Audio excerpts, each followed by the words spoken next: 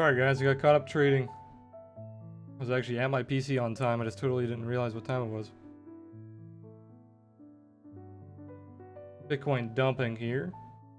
Just as we expected, doing really good.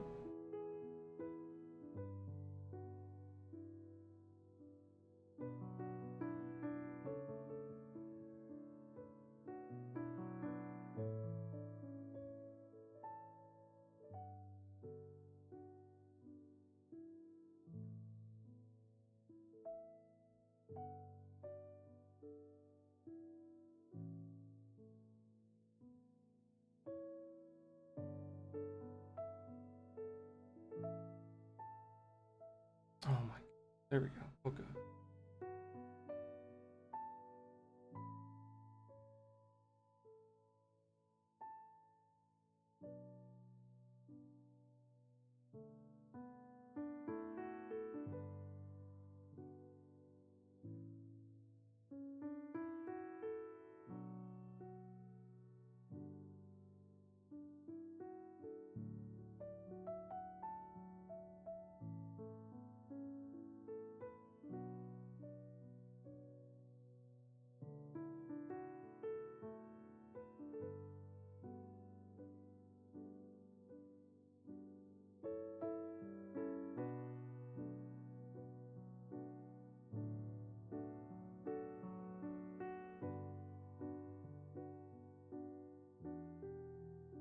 Alright, my main account is ready. We bought the dip.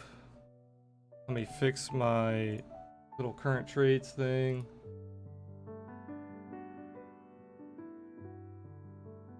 We are long BTC now.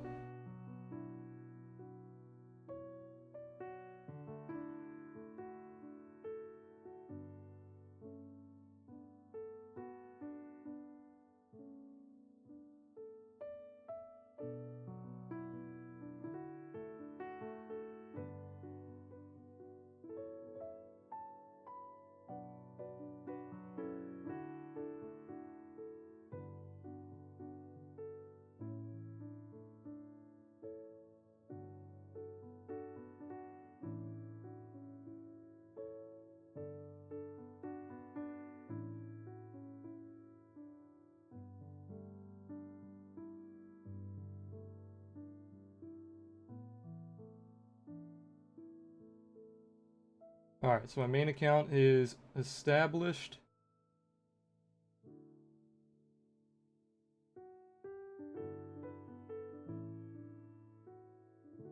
Let me go ahead and sign into my high risk account.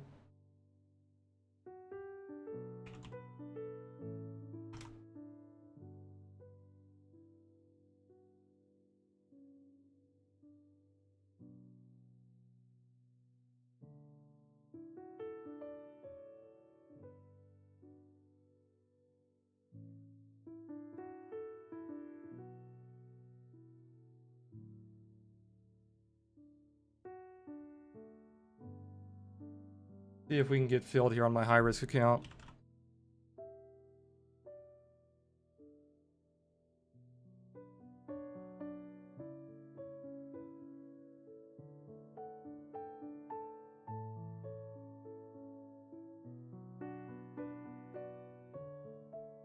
Alright guys, it's gonna be hard for me to pay much attention to chat right now. I'm going crazy.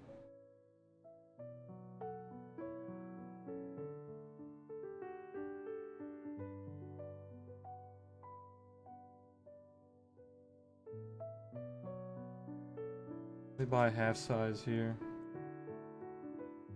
It's not gonna let me. Fucking of course. Yeah.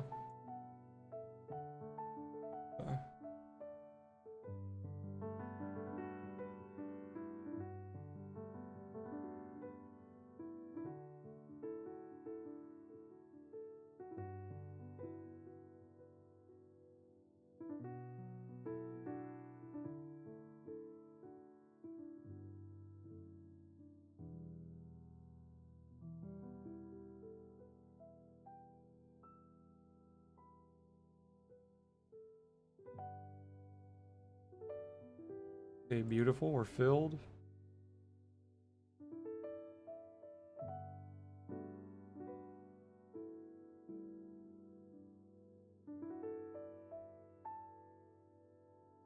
This is playing out perfectly.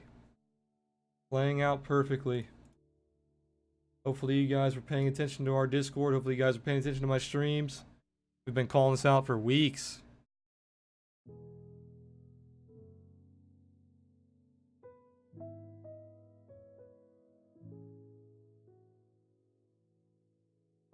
Easy trading, easy trading.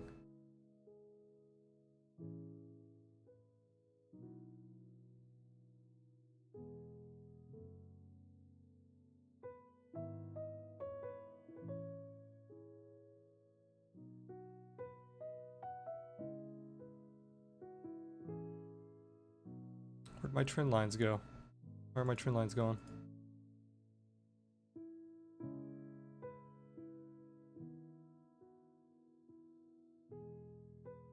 Deleted my trend lines. Oh, here we go. No. The drawings. Here we go.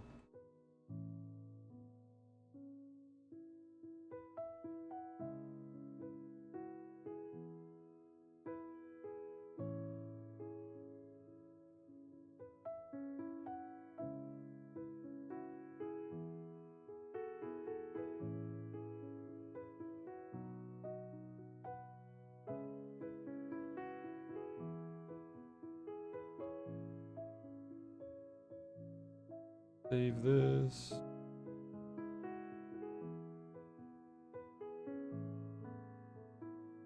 Boom. Alright guys, a little crazy right now. Make sure our high risk trade's going well. It is, nice. Get back in here. I'm gonna add on to this if we start to bounce up a little bit more here. Go to the 5 minute.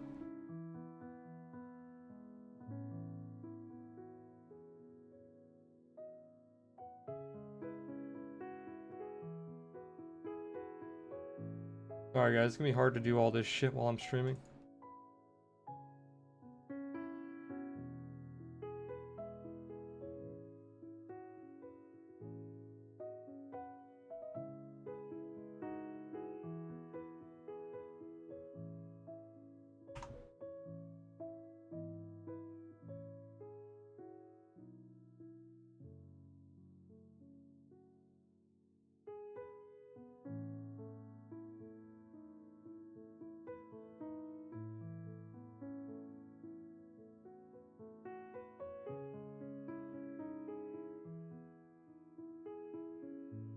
We made 16% on our Coinbase account, which is one of my biggest holdings on Bitcoin, on the failure here. Sadly, my main account, I did not retether. Completely slipped my mind, so my main account didn't make anything. We're currently buying the dip on my main account though, so we could definitely make some money on the way back up if it does recover. HR account, I was in a scalp. It shorted all the way down to 95, and then my scalp got closed for a nice gain. But then sadly, I didn't re-enter during that death. So I missed the majority of this move. Sadly, with my two main accounts. But my Coinbase account, which is my second biggest account, made the entire move. So I'm very happy about that. That's the pain, that's the struggle with like having multiple accounts. It's hard to catch all the trades on every account. So I have my Coinbase account, which are like my really long-term holdings. I don't really trade it too actively. It's just kind of like I buy spot, I sell it when I feel like it's gonna dump, I buy it back. I don't do like really any strategies. I'm just like, it looks like it's gonna dump.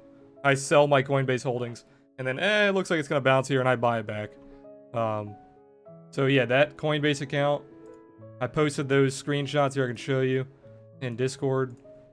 We sold at 10.35. We got back in at 86. So long-term holdings, I'm back in at 86 on Coinbase. If it dips more than that, I don't really care. Like I said, Coinbase. My Coinbase account is a holding account. It's not a trading account. More of an investment.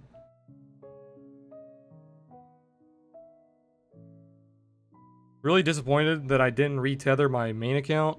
I got stopped out on my main account on a trail. I had a trail bringing it in for my main account, and I didn't sign back in, and I didn't retether.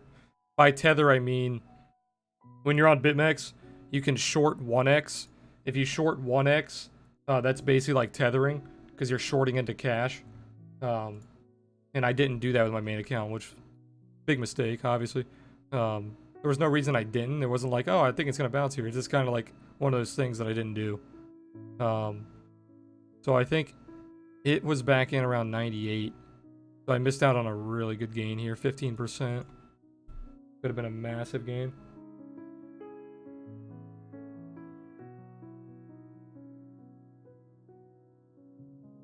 But we've been doing very well. Like I said, my Coinbase account, 16%. My high-risk account is up about 25%, maybe more. I haven't done the math lately. My main account is... not sure, actually. Not sure on that one. I think it's up about 3 or 4.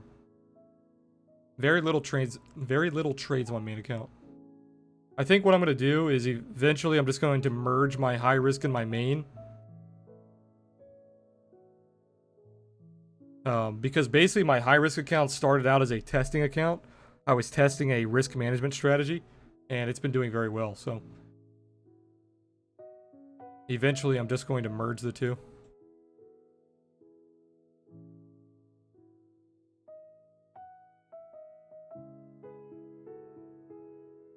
What's going on, Led? Sneaky man. Argentium, what's going on, guys? Hopefully you guys are paying attention to our streams and our Discord. We called out this dip when it was back at like 10.2. It had that dip all the way down to the CME gap around 85. That's exactly where we're bouncing here, so looking really good. I'm doing good, Led. Doing pretty good, man. We just made some good money on Bitcoin. Bitcoin just tanked fucking like 16%. And we made some good money. It had a, yeah, almost a 20% dump here. But yeah, I've been playing Tarkov lately, Led. So if you ever get back into Tarkov, hit me up, man. I've been playing Tarkov. And then played the Call of Duty beta. It was pretty good. That's basically all I've been doing. Just trading, and then during the night I've been playing like Tarkov, shit like that. They made some massive changes to Jesus Christ, to labs. You have to use like key cards and shit now.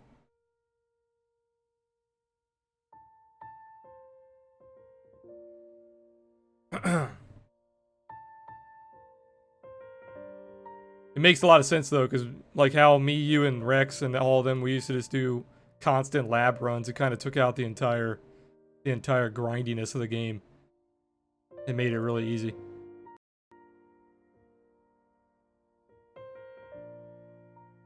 We blew right through my box here, but we still have a lot of support. So we could definitely see a bounce around this pivot here, around 8,000. We'll keep an eye on that. It was awesome for about a week. Yeah, exactly. I play a lot of Factory if I'm by myself. Factory is like the poor man's labs.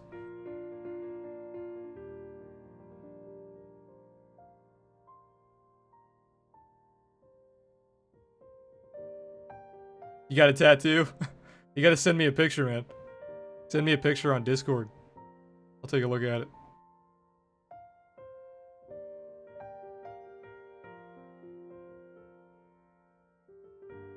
I got a bunch of alerts on Bitcoin last night. I need to reset these.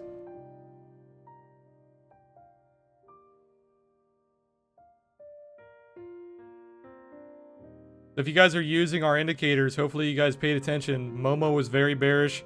The OTS was giving you sell signals. You had 3 sell signals up here, all of which gave you a massive, like 16 to 17% gain here. That's with no leverage. If you're trading any leverage, that is a massive gain.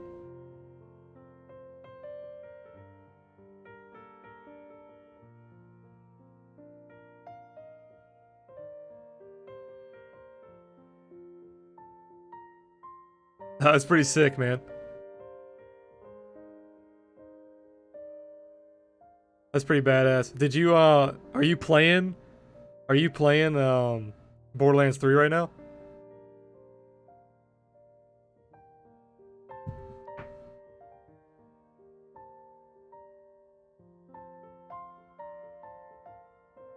I saw they added a they added a 1G grenade where you throw a Molotov and it fucking blows up on yourself and it starts killing you.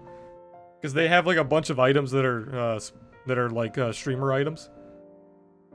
And they made a 1G grenade that blows up on yourself. It's fucking hilarious. They have a 2-time sniper for Doc. They've got some other shit too. It's pretty cool. Looking really good here on my high risk and my main.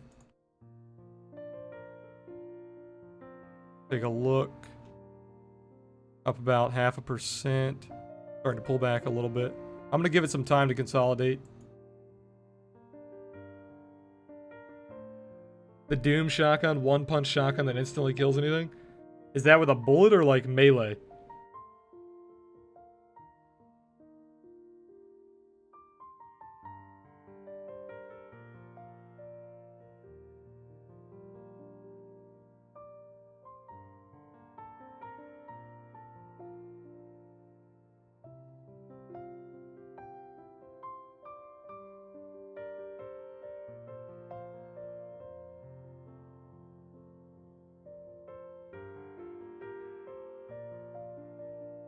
Save this.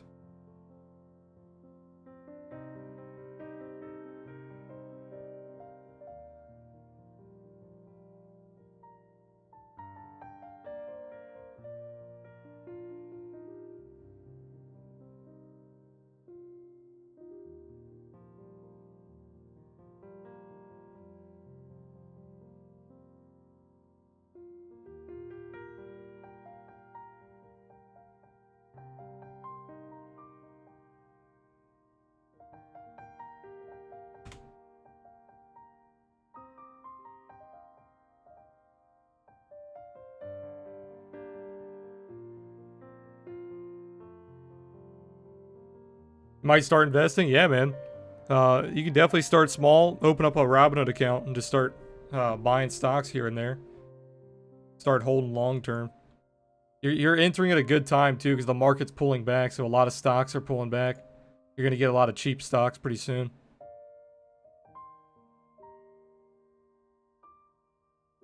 I've been messing around with options on Robinhood. I'm pretty new to options, so I've been learning, but doing pretty well so far. I'm in this one stock called Zuora. They've been doing very, very good. Let me pull them up. I just bought some more Zuora today on the dip. They actually just failed down a little bit lower. Let's take a look daily. It's dipping here. I'm buying more on the dip. Looks really good. Aiming for like $19, $20. This is a long-term hold. But yeah, like big companies like Starbucks, Microsoft, AMD, Nvidia, they're all pulling back because the market's been dipping, so you're going to get some cheap stocks pretty soon.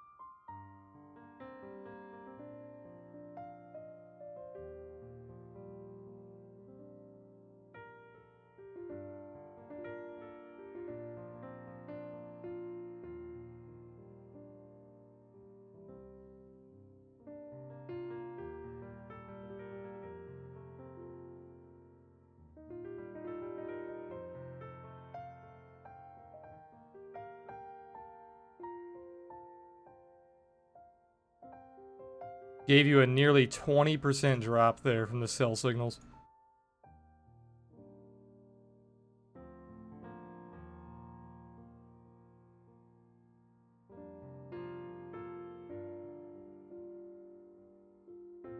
Yeah, long term, definitely, dude. Historically, there's tons of stocks that you can buy and hold long term that do very well. You can look at stocks that have really good dividend yield too, like Verizon and stuff like that.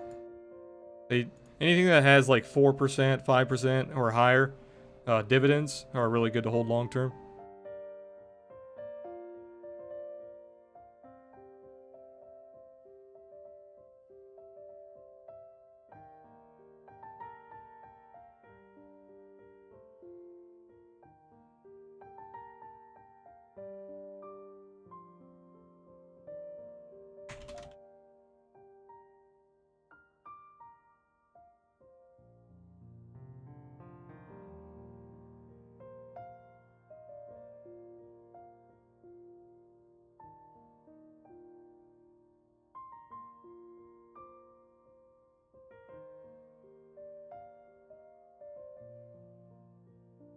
Just tweeting out a few things.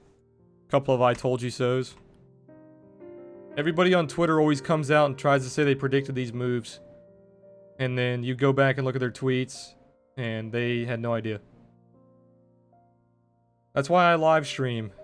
Nothing I can say, and nothing I say can be taken from me, basically. Starting to dip some more here. I could add on to my high risk. Let's take a look. 85.42. I'm gonna give it some time.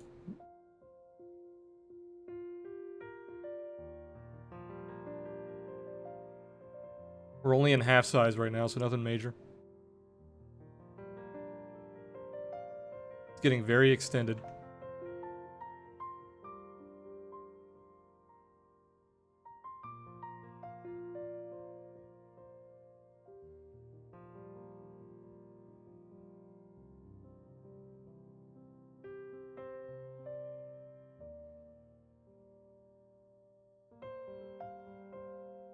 Yeah, man, Seraphic, one of the old buddies from stream, made me a nice little overlay.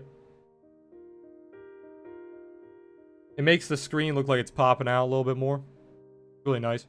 It gives me some room to put some stuff at the top, too. I need to get some, like, small intros and, like, outros made, probably, for my YouTube. That's probably the next thing on the list. You can see it's trying to dip here, but it keeps getting bought up.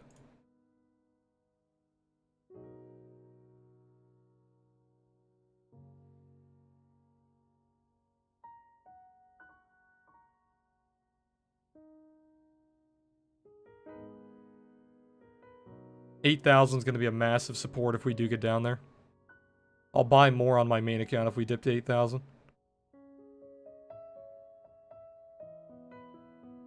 Max pain scenario for the bears would be a complete V reversal here. Kind of like this here, kind of like this here.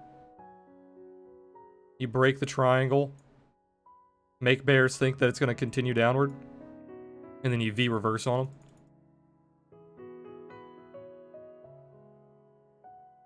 Please no dubstep. Yeah, right.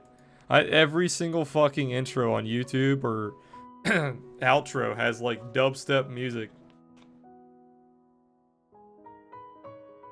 That's why I haven't even bothered like getting one done, because I don't want a dubstep intro, you know what I mean? I want something like just kind of just neutral. Neutral, relaxing.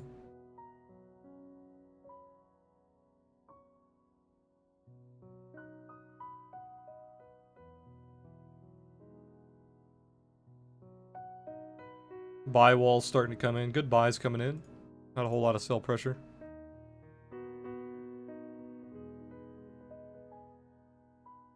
$15-minute pivot coming in. Nice pivot.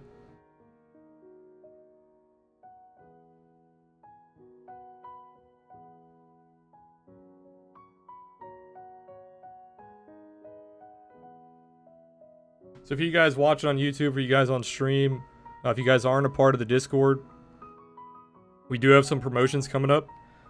We are going to be doing a Discord trial. So what we're going to do is, it's most likely going to be like $50. You're going to get to trial the Discord for a month. If you like the Discord and you want to join, you can join by taking that $50 off the full price. So there's basically no reason not to try the trial if you guys want to test out the Discord, because you get all your money back if you do wish to join at the end of your trial. We will be starting that probably in the next few days. So for anybody who wants to trial the Discord, that will be an option. We've been doing very well in the Discord. We've been adding a lot of stuff lately. We've got bots in there. We've got free indicators exclusive to our members. Obviously, our trading's been doing very well. We're going to net a 16% gain on one of my accounts. Not sure about my main account just yet. And my high-risk account is going to net close to a 30% gain this month. Last month, we did about the same. We had 13% on my main, and like 22%, 25% on my high-risk account. Yeah, Lid. I'll see you, man. It's nice talking to you, man. You get back on Tarkov or something, hit me up. I'll be around.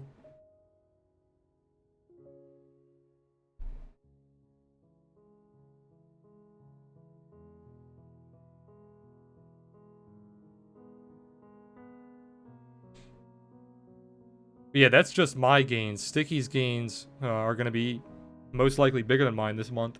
I don't know what he's at right now, but I think he's close to over 30%.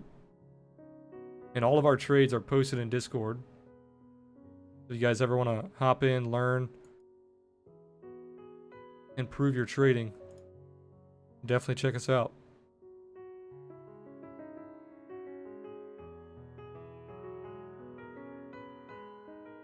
Small bull div coming in here on the 5-minute. Not confirmed just yet.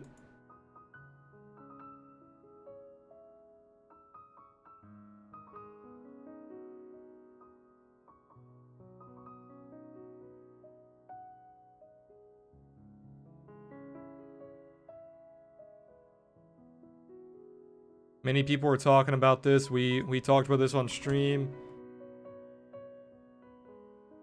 We are finally getting to see that 21 EMA test. Oops.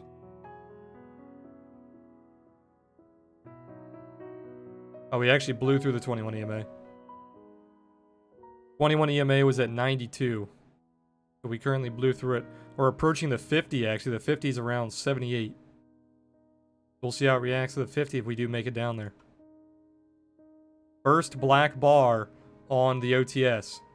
You can see we've been white all the way up. We're getting our first black bar. We didn't even get a gray bar either. It went from bullish to bearish immediately. We didn't even get a chop bar. It went completely into bearish. It looks like it's also trying to break out of the squeeze.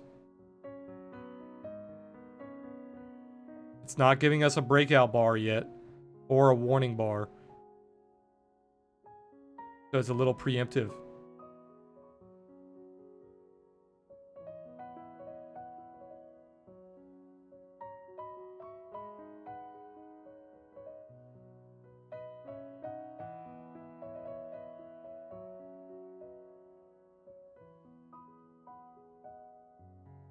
Some buyers starting to come in here.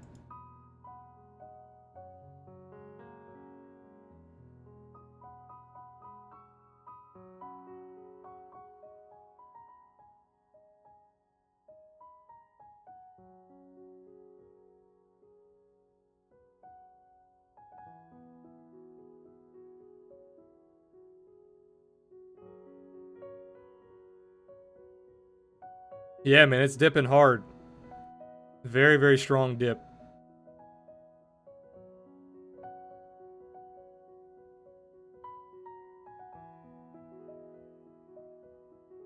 That CME gap has been filled. There was a gap at 85.03. We have filled it. A 25% correction would lead us down to 7,600. So we could still continue down to like 76 long term, but we'll see.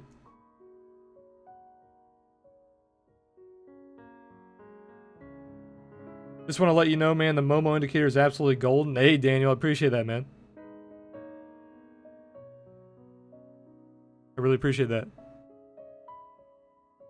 Have you been using it in your trading?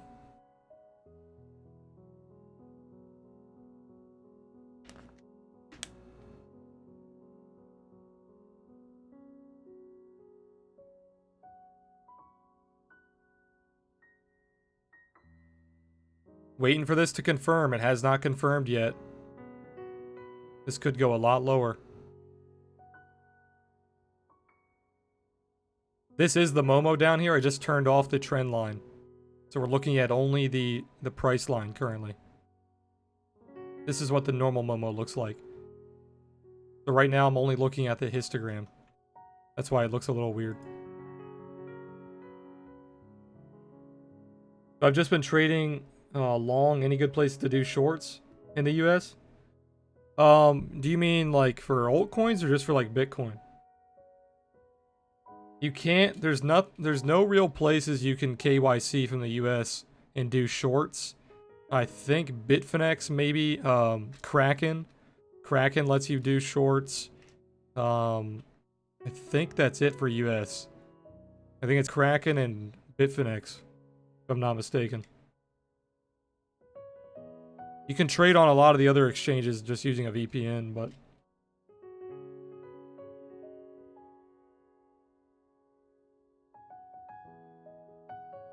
going into new lows here.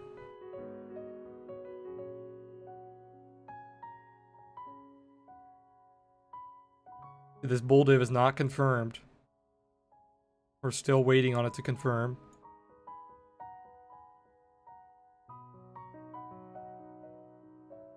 You're up 2,100 on one short and 1,400% on another. That's fucking badass, man. That's really badass. What are you doing with the Momo? Are you just trading with the Momo like as your main tool? Is that your main signal?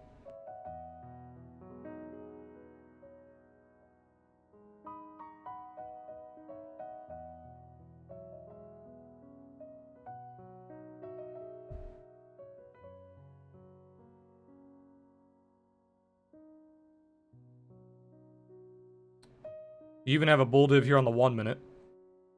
Bull divs, I talked about this before on stream. Bull divs and bear divs are typically not going to be strong enough to halt a massive trend or a massive impulse. So because this is such a strong impulse, this bull div is not going to be, more often than not, it's not going to be strong enough to halt this move. Because you have a lot of emotion coming into moves like this. So when you have technical indicators, you have to take the signals with a grain of salt, because you have so much emotion trading in the market right now that technicals are going to go out the window.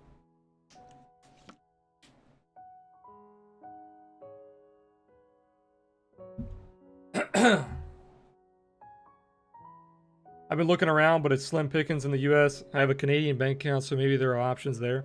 Yeah, I think there's a lot of options in Canada. You can, depending on where you are. BitMEX allows Canadian citizens. I think Deribit does as well.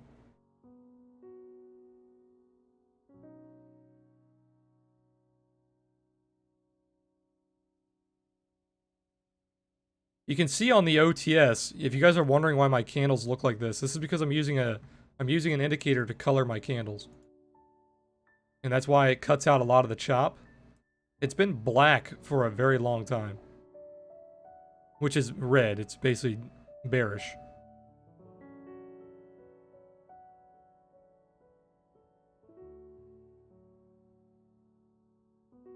Bitcoin is getting absolutely destroyed right here. Holy hell. I didn't think it would die this hard without a small relief bounce. Getting absolutely destroyed. I'm only in half size on this high risk trade. It's down 4%, but that's not scaring me.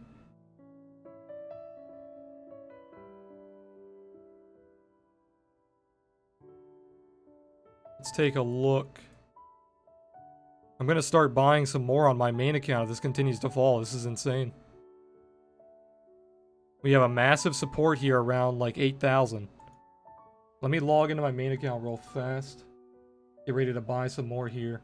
My main account is trading very long term, so I'm not really worried about these short term dips.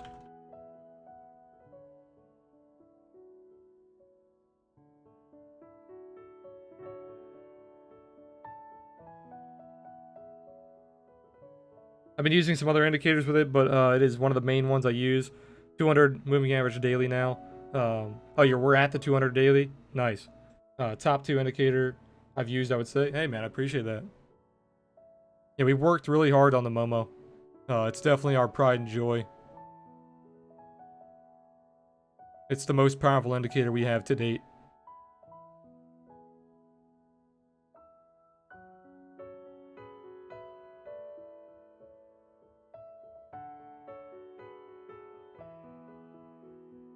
It is getting absolutely destroyed here. Let's see. I want to see what my liquidation would be if I add on here. Let's see. 8150.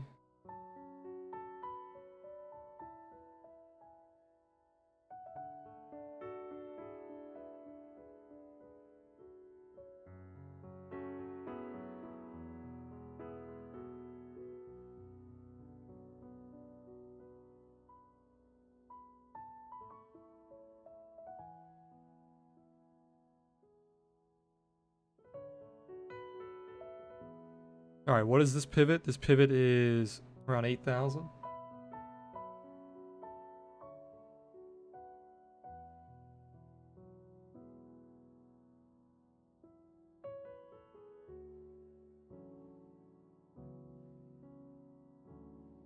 It's not gonna let me fucking put in an order is the problem. This is the biggest struggle with BitMEX. I would have just got filled.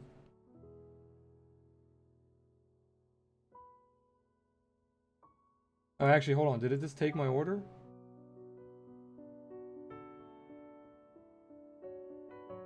No, it didn't take it. God damn it.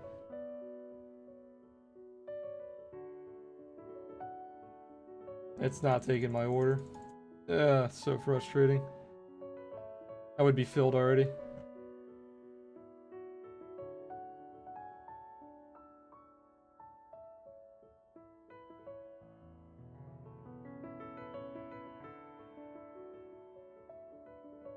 God, BitMEX, you're so frustrating.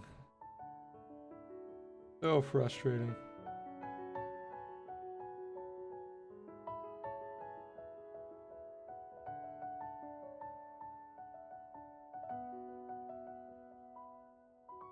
It's already $100. Okay, it finally took my order, but it's already $100 higher than what I wanted to get in at. That's so frustrating. What's the low here? Yeah, so I'm trying to put in an order at 8,036. It would have already been filled. Incredibly frustrating.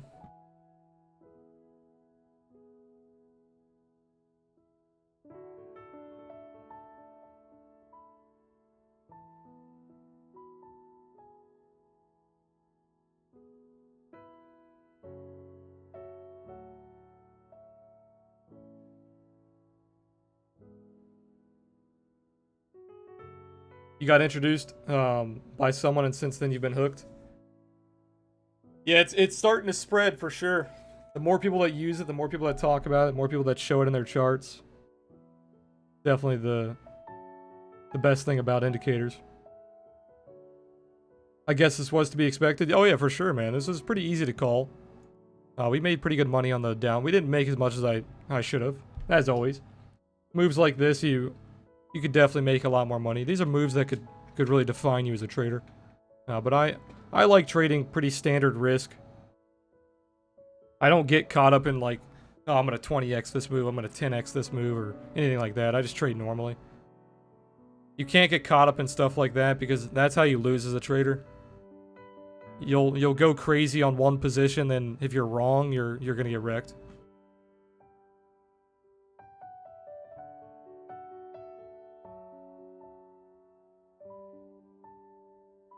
What happened to your short at 10.3? That short turned into like 5 shorts.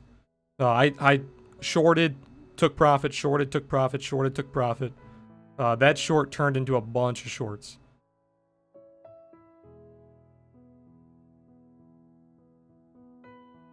So I was shorting on basically all of my accounts, around like 10,100.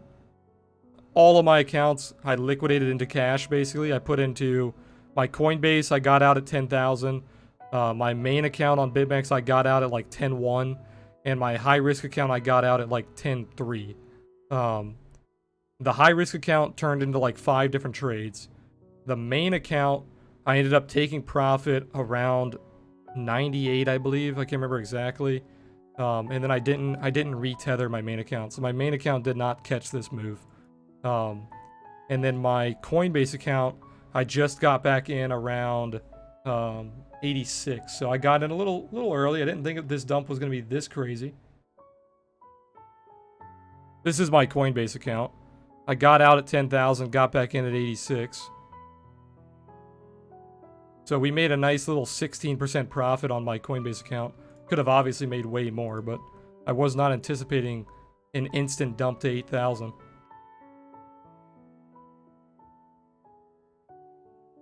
I'm very good at predicting moves like this, but in my head, I never predict them to be this brutal. I always predict them to be like brutal and then kind of consolidate and then get brutal again. I never really predict a 16% candle. That's just a massive move. So yeah, we gave up about. That's not too bad. This is. My Coinbase account is very long term, so these like 5% moves, that doesn't really hurt my feelings. So we gave about 7% on my Coinbase account, which is not terrible.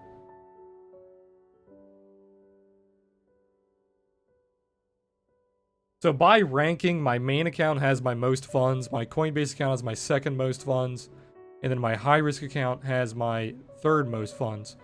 But because my high risk account is a high risk account, it trades with the same, the positions of the same size. If that makes sense. Because I'm trading with higher leverage. So I'm using less margin, but I'm trading the same the same account, or same size. This is very frustrating if it bounces here. Because it did not fill me. It bounced right on my level too. Look at that.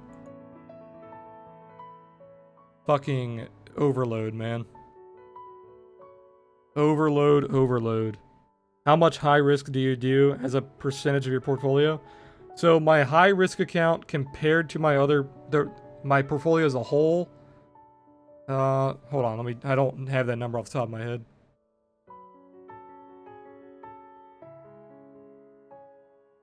Let me do the math real fast.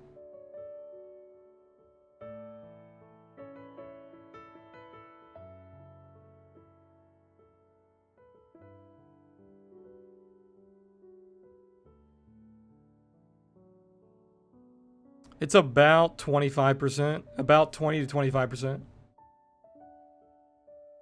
is my high risk account. Just financed a new car and Bitcoin does this shit. Yeah, this is insane. I added shorts too on like every bull trap. That's good, man. Yeah, there's a ton of bull traps. Ton of bull traps on the Momo for sure.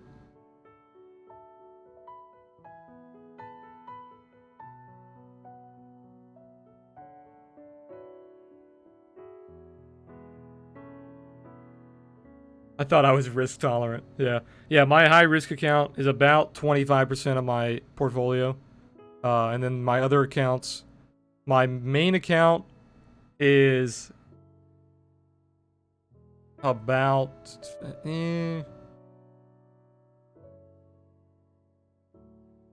hold on, let me do the math. I hate throwing out random numbers.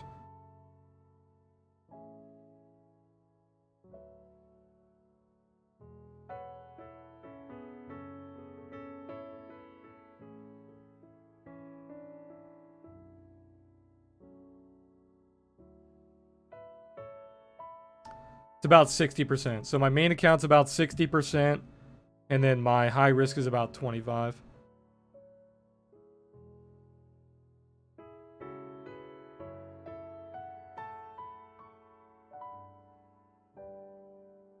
God, that's so frustrating. Fucking overload, man. I had an order to buy this level, and it bounced off this level like almost to the fucking dollar. And I didn't get filled because of overload. That's so frustrating. I talk about these moves all the time. I talk about point of origin moves. We talk about this almost every single stream. You have a point of origin that led to your breakout, and then you are unable to make a new high. So you have that failure. So as long as you have a failure, you're going to return to that point of origin.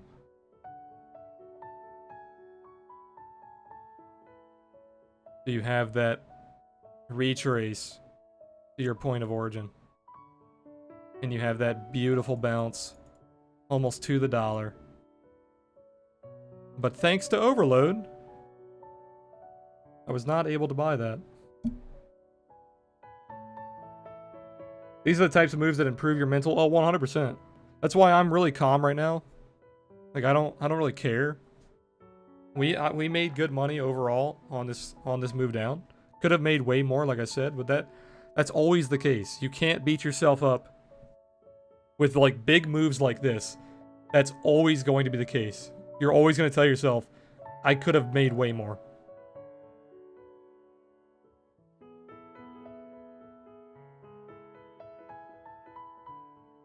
But honestly, you got to think of it as we're breaking out of this fucking no volatility structure into a massive volatility structure. We can make a shit ton of money trading this. So don't worry about the money that you didn't make here.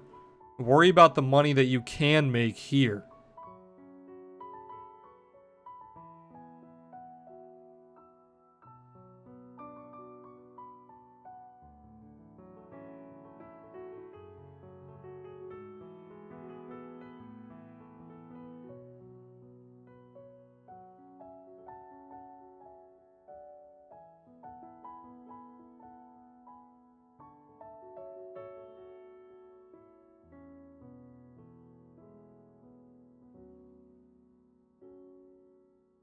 Man, I really needed that to fill to lower my average.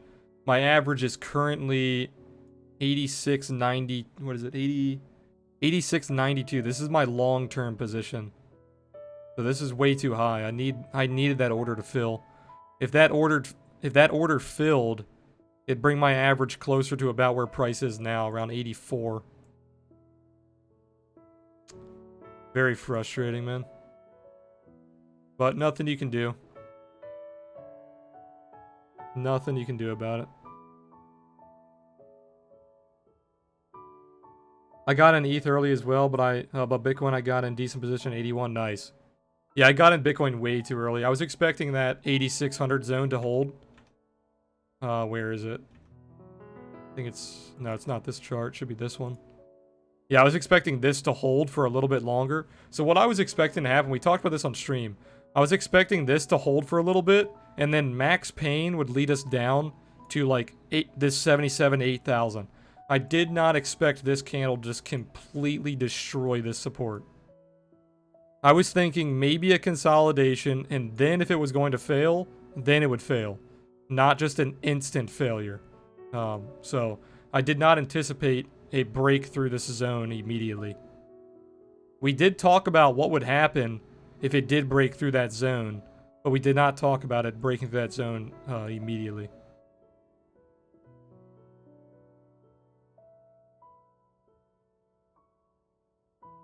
So we had that chart posted in our public analysis. This was our long-term outlook for the bearish side and then bullish side here. So this is actually playing out on the bullish side. I told you guys on stream that this would be like the best case scenario for bulls is a dip down to this like 8,000 range towards this zone here, and then a flip to that impulse. This would be the bearish scenario where you have a break of that CME gap, you have that 16% failure down to that CME gap, and then if you want to continue downward, you have that 7600 range at that low of that order block there. That 25% correction would lead to that 7600 level.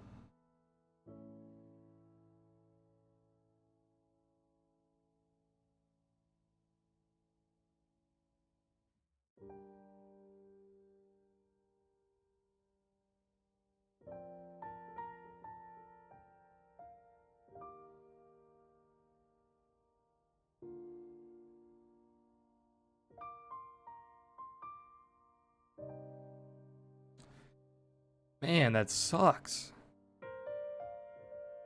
It puts me in such a weird puts me in such a weird spot, because if that order would have filled, like I said, we'd be almost break even already.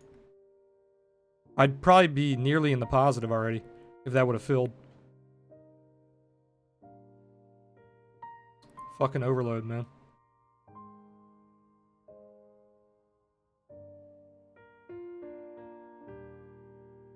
Yeah, that would be a beautiful trade.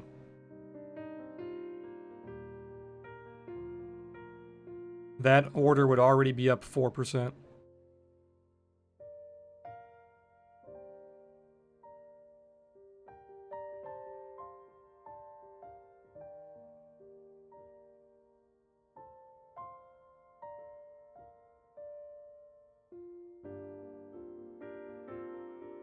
There's that bull div playing out.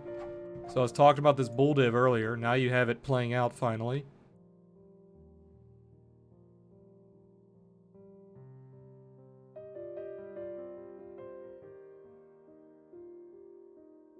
After the Christmas Eve 6400 capitulation moves, I feel nothing anymore, so I'm ironically thankful for that. Yeah.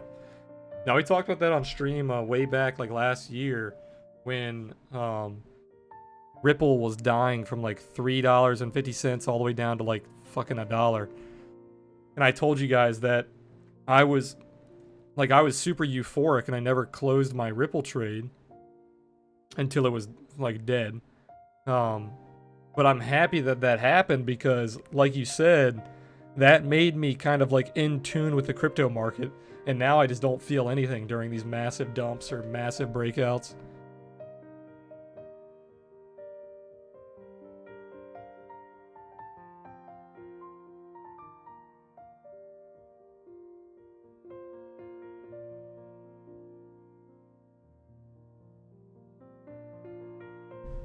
What's the current ATR? The ATR is probably ridiculous. Yeah, 122. 122. That's the average dollar move in the last 14 candles. Pretty crazy.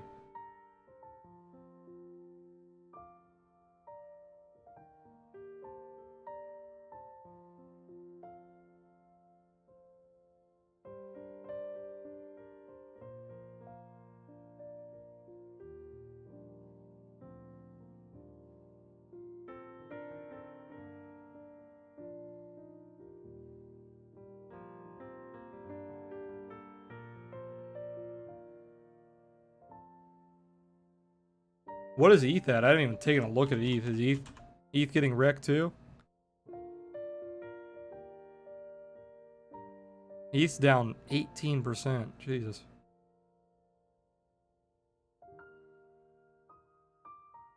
I might want to pick some ETH up here as well for my long-term holds. Yeah, beautiful, beautiful point of origin test here. I might pick some ETH up. Let's see.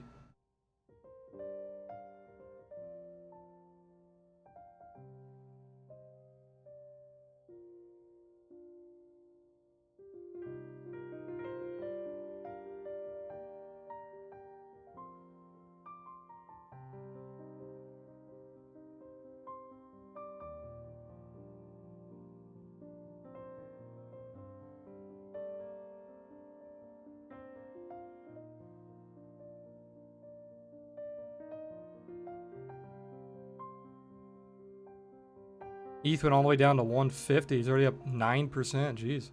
I should have picked some up down there at the bottom. Beautiful test of this pivot.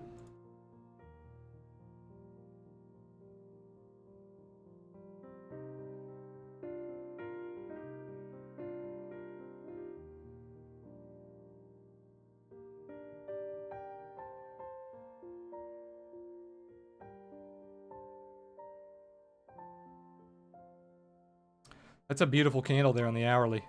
Beautiful doji.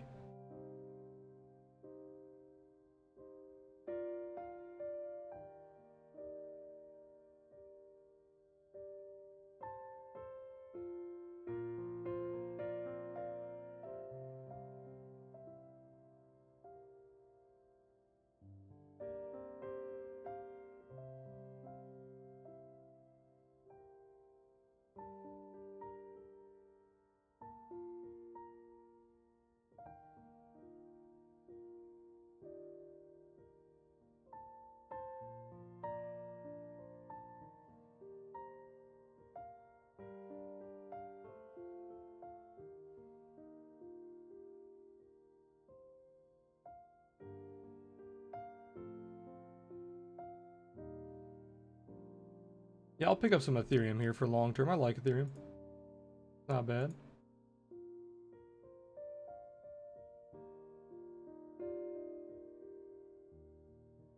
Of course, it's still overloading. There's like nothing happening and it's still overloading me. Jesus.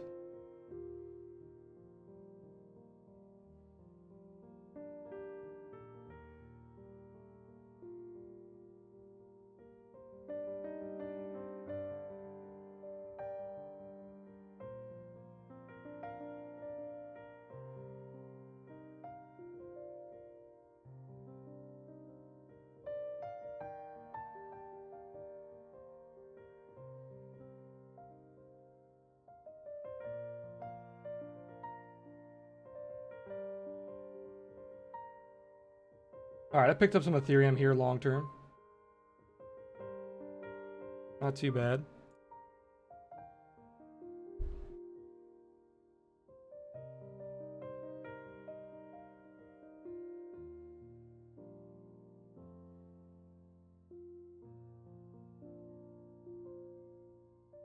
Only half size position for now.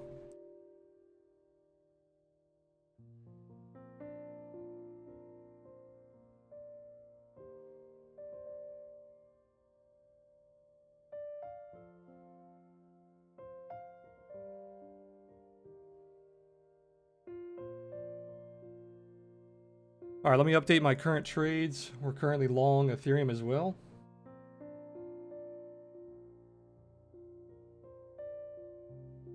Long ETH.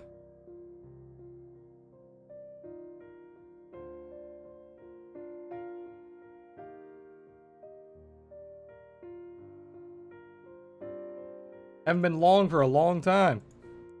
What's going on, Moneybag? Crazy movement today. Where did you take profit on your short?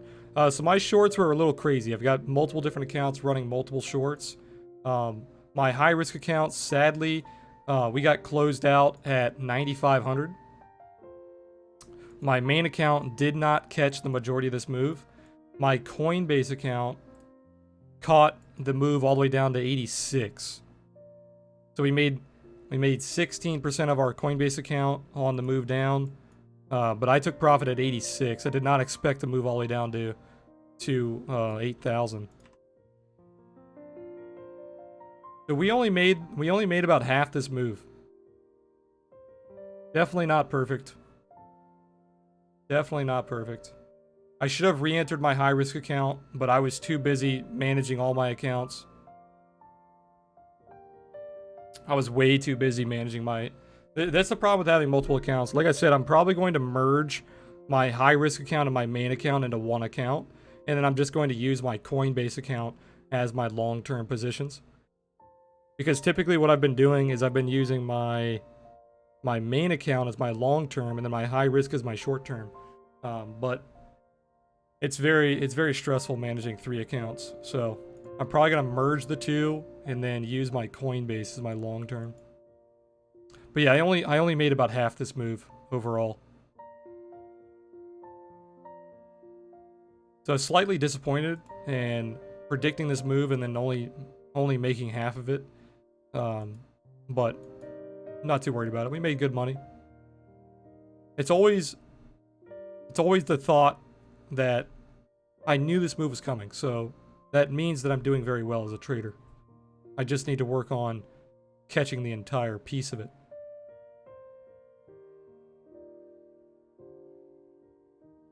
It's also very fucking stressful trying to trade on BitMEX with massive overload.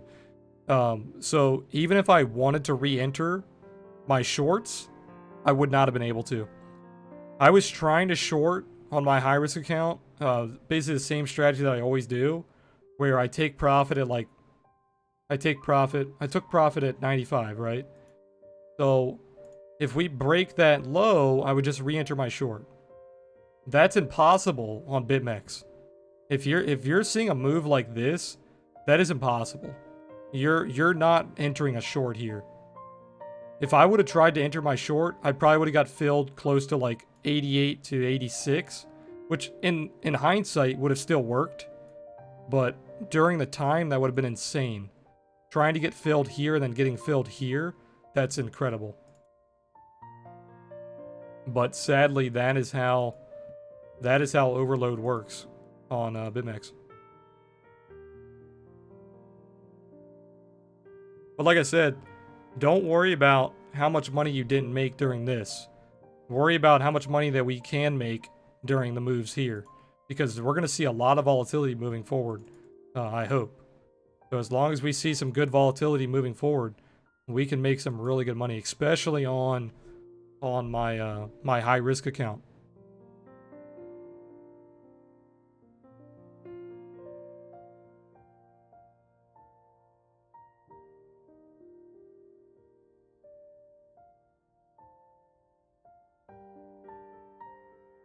We're also going to start receiving funding. So if you're long, you're going to start receiving funding. Funding has shifted to pay the bulls. It's shifted pretty hard on Ethereum. It's 0.74 on Ethereum right now. It's nearly 1% on Ethereum. Nearly 1%. Massive funding for the bulls on Ethereum.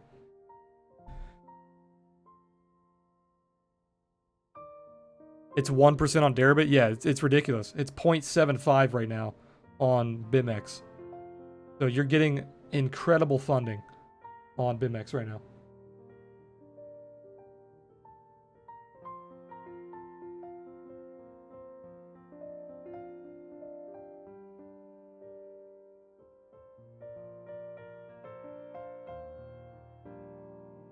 All right, we might get filled on my Bitcoin trade here. I'm trying to buy this level.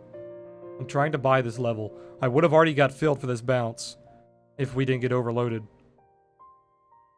It does not look like it wants to retest this level. You saw a really sharp bounce there. It does not look like it wants to retest it.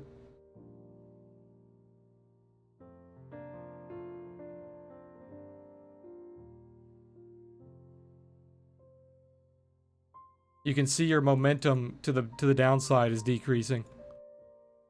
The bulls are getting stronger here. Very, very frustrating not getting filled on my order. But what can we do?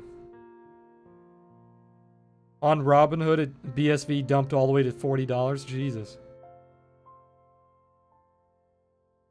Yeah, my Robinhood was popping off. I was getting alerts on everything because of the price movement.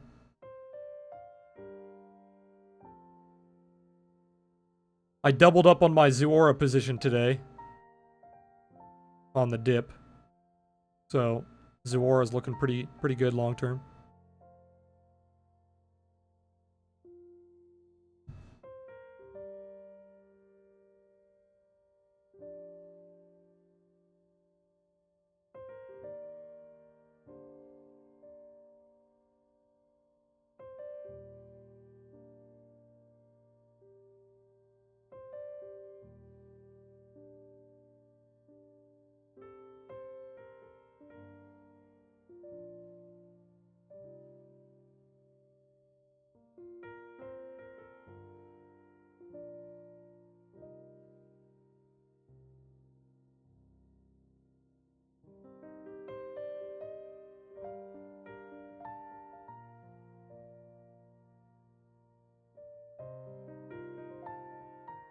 What's going on, man?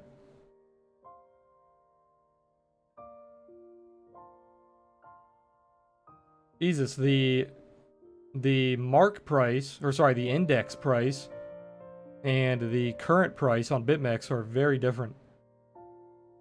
The index price is still around 85. The current price on BitMEX is 82.75. What's up with Bitcoin? Nothing too crazy. Pretty standard triangle break. We're seeing a breakdown from a very long-lasting descending triangle.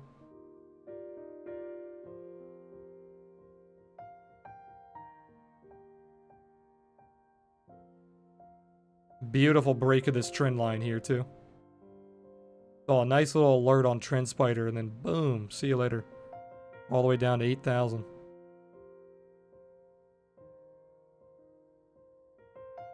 Very, very clean. You can see most of the volume here is towards the right side of this range wrap. Pretty bearish.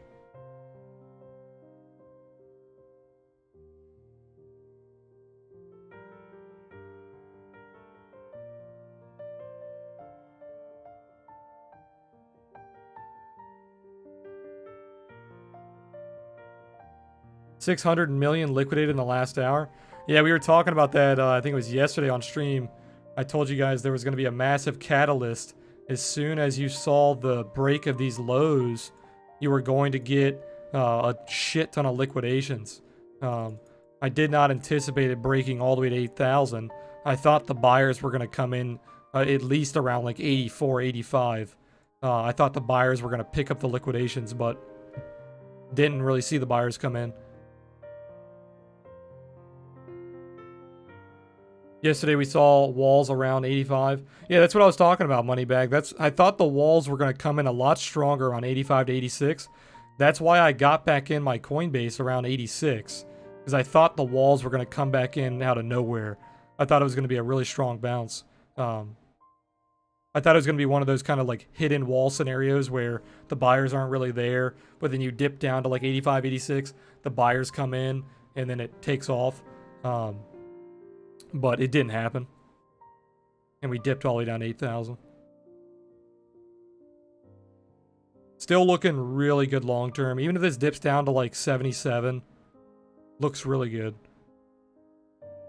If you look at the weekly, we have our first red, our first red or black candle here. So you are entering kind of a bearish structure, but you're still above that 50 moving average. And we're still looking like a very nice bull flag. So we could look at a Fibonacci here. This is probably getting very close to the 618. Yeah, this is in the buy zone. So long term, if you're looking at a bullish trend, you're not really bearish until you get back below the 618 here, below the 7,300 level. So buying anywhere in this zone here, long term, is very good. And that's why I'm starting to buy.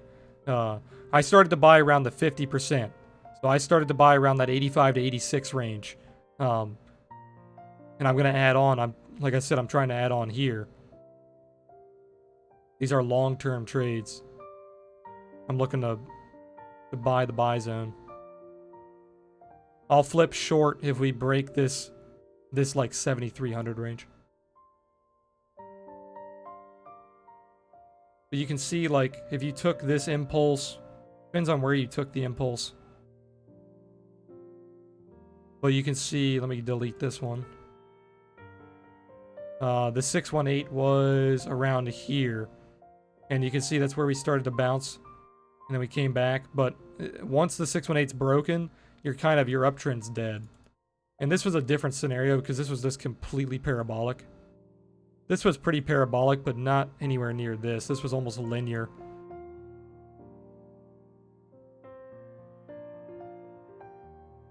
I really like this 50 moving average here. The 50 EMA. You can see how it acted as support, and then you kind of had resistance, failure, resistance, bounce, and now we're acting as support. So, it's also hitting the 200, I think a few people said.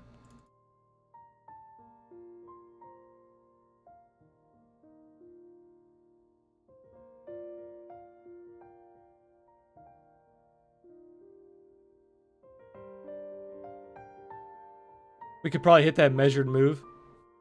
Yeah, what did that measured move lead to? It's like 70 something, right? It's like 77, 75. I don't really trade Bitcoin, but I don't really trade, but I had some Bitcoin when it was 600. Nice. Yeah, so just holding, you made a lot of money.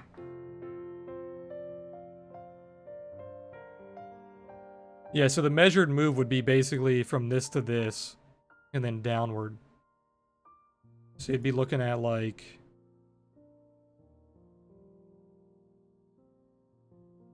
like $3,000.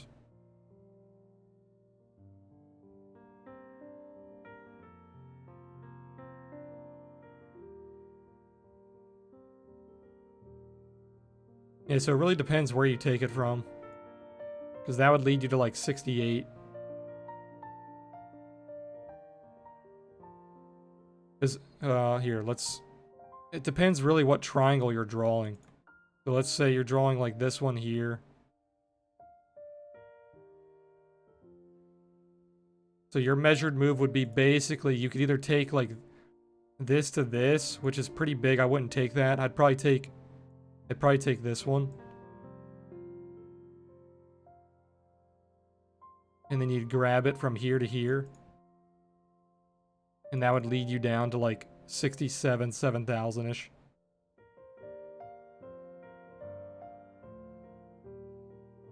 But we could honestly see... We could see a V reversal here. I'm not going to be extremely bullish and try to call this out, but you could really... Like, you got to think about Bitcoin, right? And like I tell you guys all the time, you got to think about the maximum pain scenario. Maximum pain scenario is destroy this triangle and then V reverse. Now, I don't anticipate... This is very unlikely, but could be massive. I think we probably consolidate for a little bit. And then if we're going to break down, it's going to happen very soon. I think if we break down, it's going to be within the next... I'd say within the first week of October. So, I'd probably say by like here. Like first week of October, if we're going to break down, it's going to be here. It's going to be like a slight bear flag and then a breakdown. Or it could be even sooner. It could be like immediately. But if it stays consolidated for longer than like that first week of October, it's probably going to buy up. Because the longer it consolidates here, I think it's bullish. It's not going to be bearish. I think this is going to give people a massive opportunity to buy it. I don't think people will look at this consolidation as an opportunity to sell. I think they're going to look as an opportunity to buy. So if it consolidates for a long time, I'd say that's bullish. If it consolidates for a short time and then gets bearish, that would be a breakdown scenario.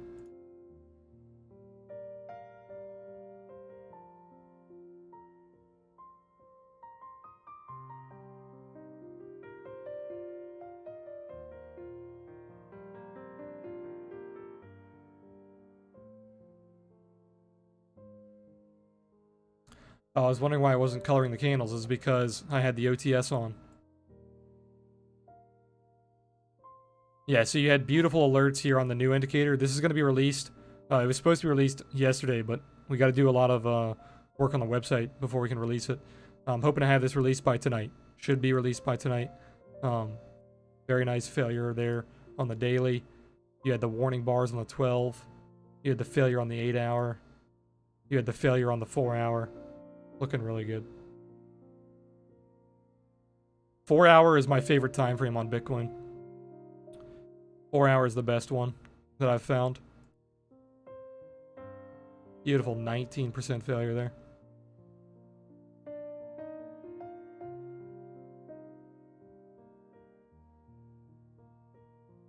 What's going on, Keytoy? This is the first bearish thing we've seen in a few months. What do you mean, like overall, like long term? Call me crazy, but I honestly think this is the last shakeout confirming the long-term SR flip you brought up weeks ago. Are you talking about You talking about this one? Like SR flipping this zone here? Yeah. No, I agree, man. I think this could be really bullish.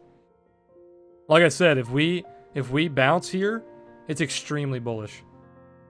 Because this is like your biggest support. You can even zoom out farther. You can see how this support lines up with a massive cluster here.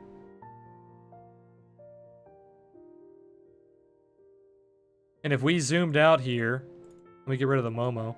If we zoomed out here, we could look at a volume profile.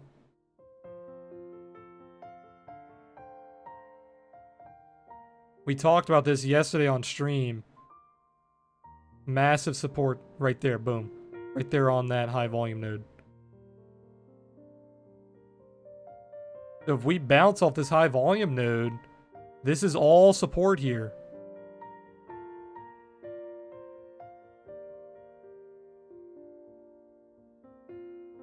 CME gap has been filled. Yeah, exactly. We talked about that as well. So like even if you look at the close, even if you look at the near term volume profile, you don't even have to get the volume from here. Just look at the near term volume profile and then look at that support. You have that value area low right into that volume node. It's beautiful. We talked about this yesterday. Go if you haven't been here for the past few days, just go back and watch my VODs from like yesterday. What's today? Tuesday? Watch Monday's VOD, watch Friday's VOD. We talked about everything that could possibly happen with this breakdown and with the bullish scenario, the bearish scenario. We talked about all of it. So if you guys are new here, just go back and watch the VODs from Monday and Friday. And it will blow your mind, the stuff that we talked about. That's why I stream, man. I stream for basically a video journal of my thought process looking at these charts. Like looking at Bitcoin, looking at stocks. It's a video journal of how I think when it comes to my trading.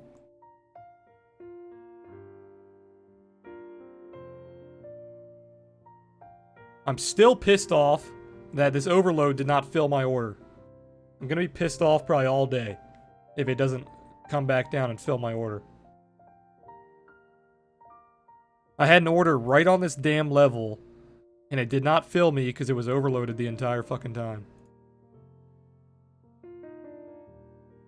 Holy, this stream was informative. Follow, man. I appreciate the follow, man. Really appreciate the follow. If you guys are new here, hit that follow button. I do stream 5 days a week, Monday through Friday. Try Bybit. I know people keep telling me to try these other exchanges. I'm just so acclimated to BitMEX. And the problem is it's not simple for me. We have all of our bots in Discord running on BitMEX. We have our API bots that show our trades. We have our funding bots. We have our price bots. All of our bots are on BitMEX. So if I switched exchanges, we'd have to switch everything.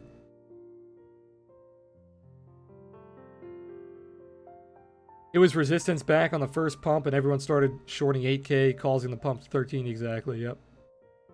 Keithway said, hitting the weekly 21, dipping into that weekly order block. I'll be watching the daily, the 4 hour for a higher low, and a low time frame order block formation, and a bounce. Missed that massive bull dip at the 3K range. I'll be watching for a similar setup.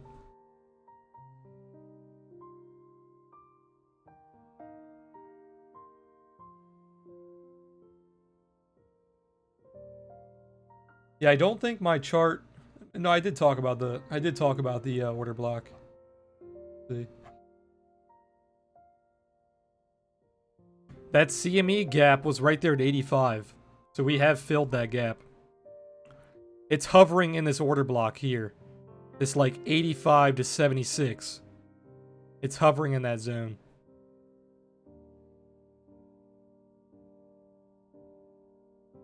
So this is what we want to see. We want to see it fail downward and then recover around this support and then bounce to this 10.5 to like 12.3 range.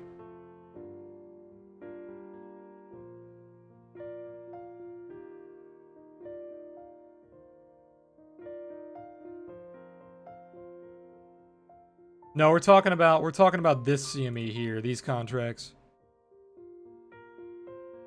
So you had a gap here that was completely filled.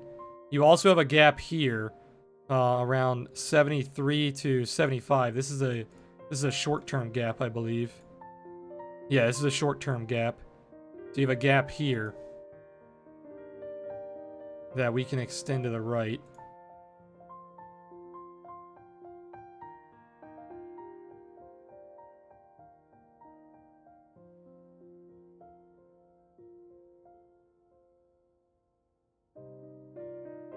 Do wicks count? It really depends on how you look at it. It depends on how you look at it. So like for this one, I'm counting the body close to where they haven't filled. So the gap is all the way up here. So you do close to open. The gap is all the way up here, but we've already filled this portion of the gap. So this is the portion of the gap that is not filled.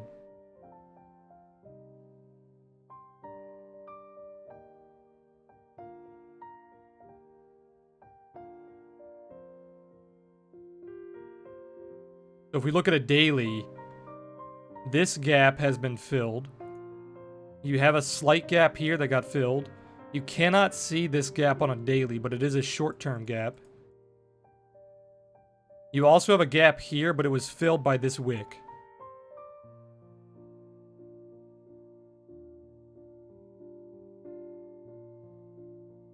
No, Andre, this contract is still trading. This contract is still trading. So if you want some hopium, look at this gap right here. So this is your bullish gap.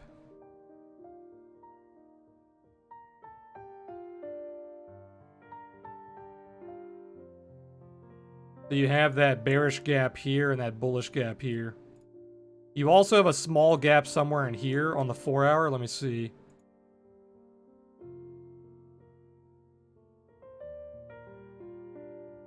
No, I think it was filled. Yeah, you had a gap here, it was filled. Yeah, that was it. You already had it. It was already filled here.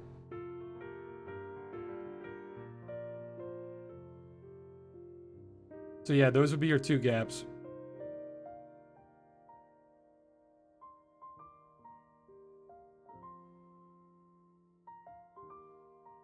Man, I might pick up some more Ethereum just because of that funding. The funding's ridiculous.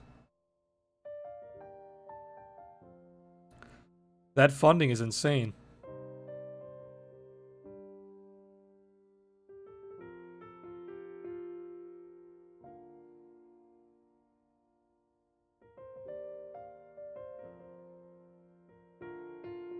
Oh, the funding's back to zero, is it really? The funding on... So the funding currently on Ethereum is still 0.01. And then the funding in 15 hours is predicted to be 0.6. So it's going down, but it's still pretty ridiculous.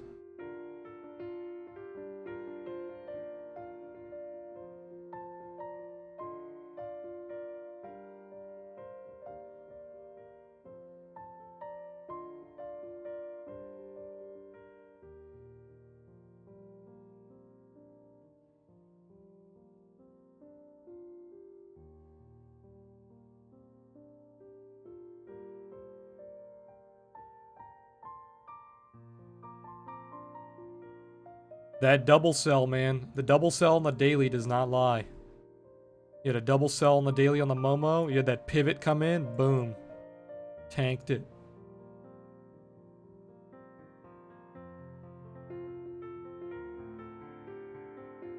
You had a double sell on the daily back here on Bitcoin, which called that high, and you never broke it. You also had a double sell here during that high.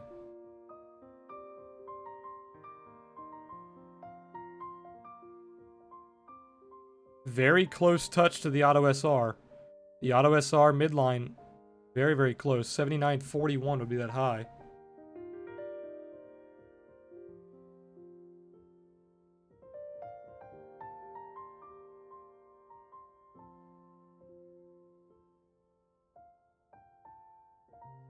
Beautiful sell signal there on the 12-hour. You had multiple sell signals on the daily. If you guys used the OTS, you had a sell signal there, there, there, and there. You had 4 signals to sell there. Momo's been bearish the entire way.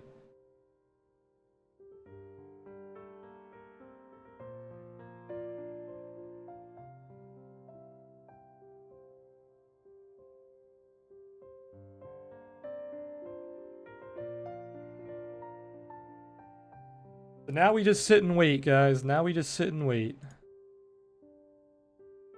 Buying the dip on my main account, buying the dip on my high-risk account. We've already taken profit on my Coinbase account. 16% profit. Could have been much higher, as I said. I took profit at 86. Could have let it go much lower, but my Coinbase is like investing. It's not trading. My Coinbase is my holdings that I hold long term.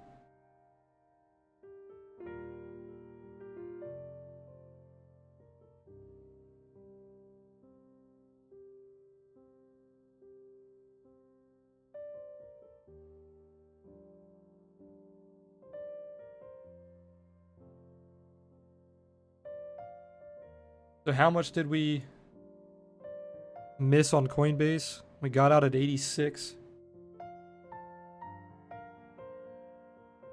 We missed 7%. That's not terrible. Not terrible. Beautiful pivot come in on the 15. Double buy coming in as well.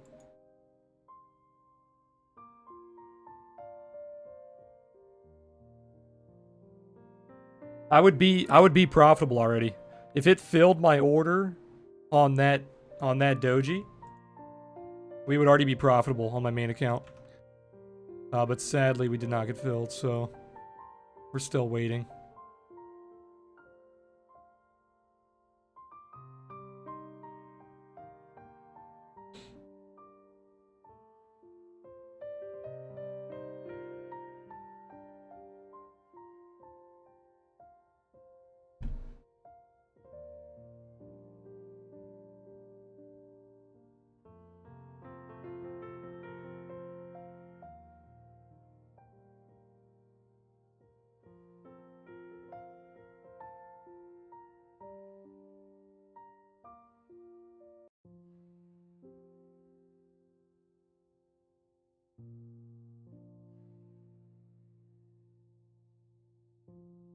Alright, seems like the fun is over. Still a little bit of volatility, but nothing too crazy.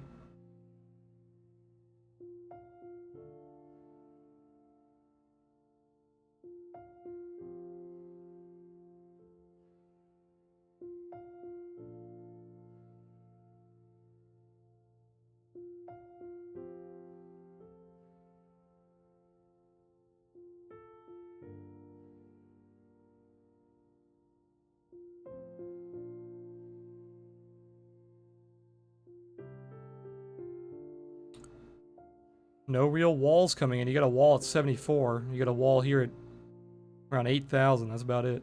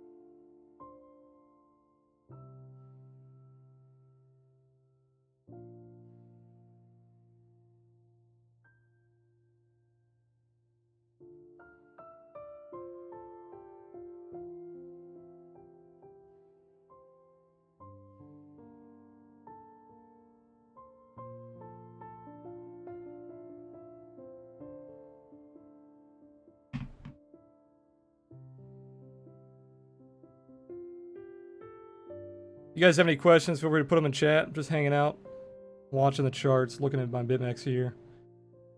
Making sure everything's going as planned.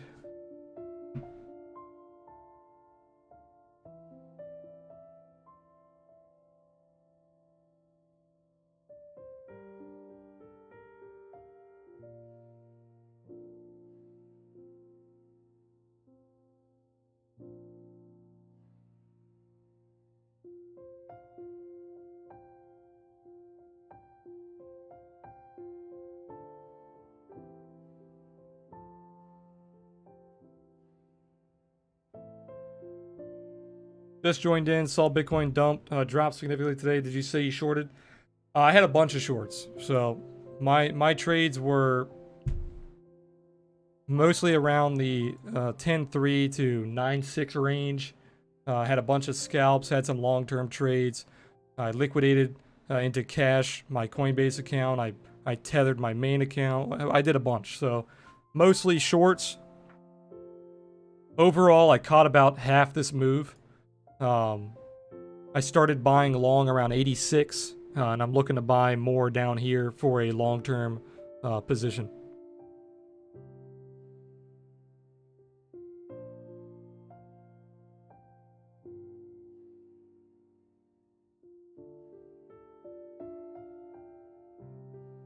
Yeah, we could have made way more, as I said before, but we did very well. We predicted the move, and we traded it. Just could have traded it a little longer. Hey, Turnip, I appreciate the 8 months, man. Welcome back. Appreciate all the follows, guys.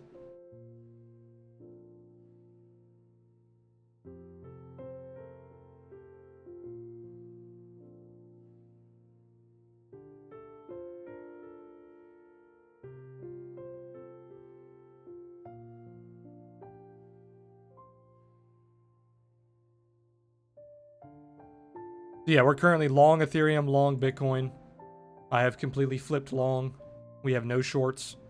I'm back in Bitcoin on my Coinbase account, and my BitMEX accounts are long. BTC dumping with all the risk on assets and backed in that massive triangle. 100%, man. Yeah, descending triangle. You had the backed launch. Very disappointing results on backed. We talked about that yesterday on stream. I talked about how backed launch was not bullish at all. You had basically no volume. People are anticipating this back to have like massive investor institutional volume, and it had like literally no volume. So it was not bullish at all. And then we saw a massive dump today.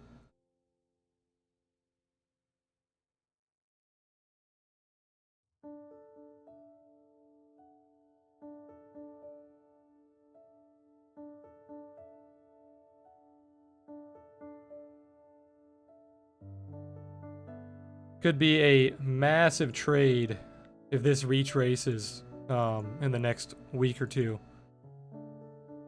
People who are buying here, let's just say you average about like 84. If you get back towards like the middle of that triangle, that's a 22% gain. So it could be a big trade.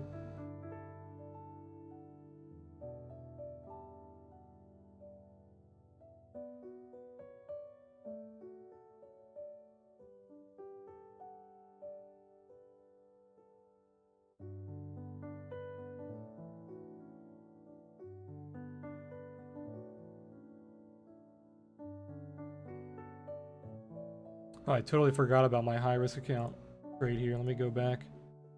Take a look at that. It's only half size, so it's not worrying me.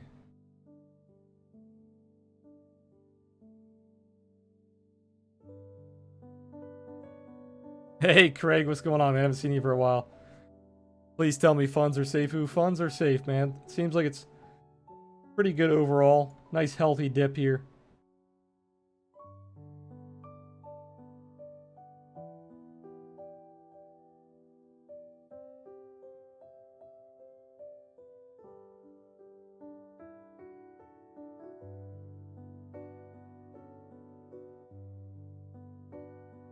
I really hope my streams the past week have been able to help you guys save some money or make some money. Hopefully if you guys were long and you guys watched my streams and you saw my analysis for why you should be short, hopefully it made you change your mind or reevaluate at least. And hopefully if you were short and you added on or held on for the move down, you did a good job, man. Go back and look at what you were doing the past week, why you won the trade or why you lost the trade. Definitely times like these are perfect for going back and reevaluating kind of how your thought process was working. before these massive impulses, and even during the impulses. Bitcoin dipping below the 50 RSI on the weekly since we had the crash in January 18th, or January 18th. My wallet doesn't think it's a healthy dip. Yeah, right, man. No, I hear you, man. The overall USD assets are definitely going down, but your Bitcoin should be stable or going up.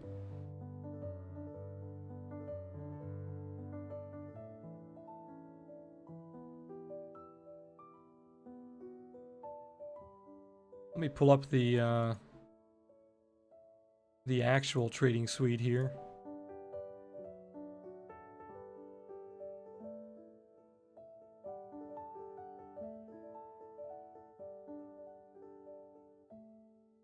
Yeah, that's what I thought. You're hitting the trail here.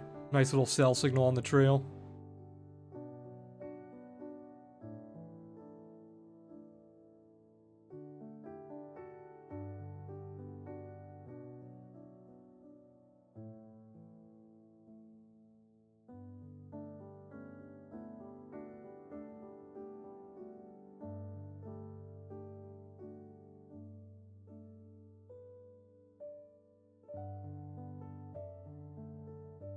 Still gaining momentum.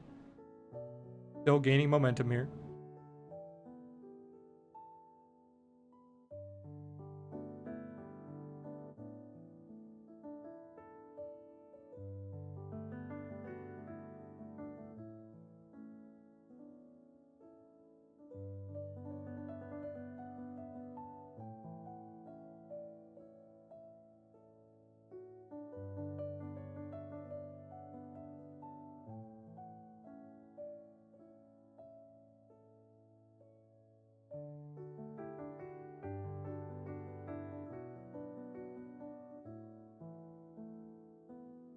Just taking a look at the trend spider trends here.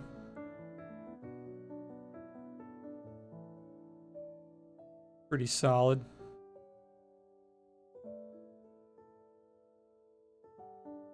Let's look at the 15-minute raindrops. Let's go to 30 minutes so we can see 15-minute both sides. Yeah, still red. Still pretty bearish, getting a lot of sell volume.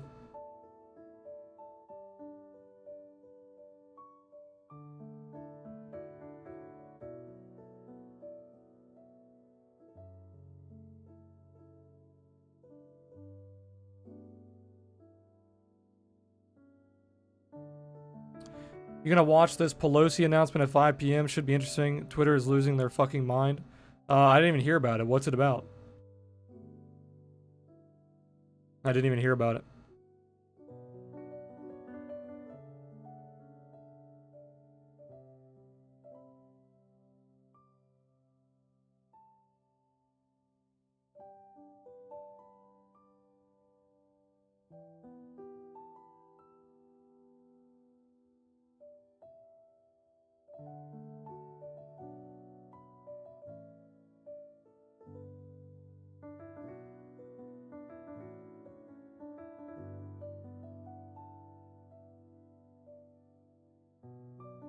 Pelosi wants to start impeachment proceedings for Trump.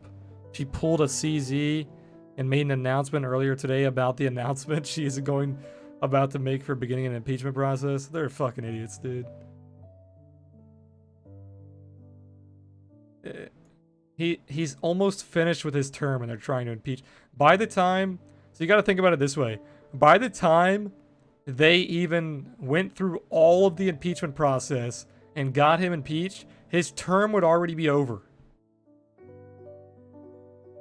The only thing it would prevent him from doing is starting another term.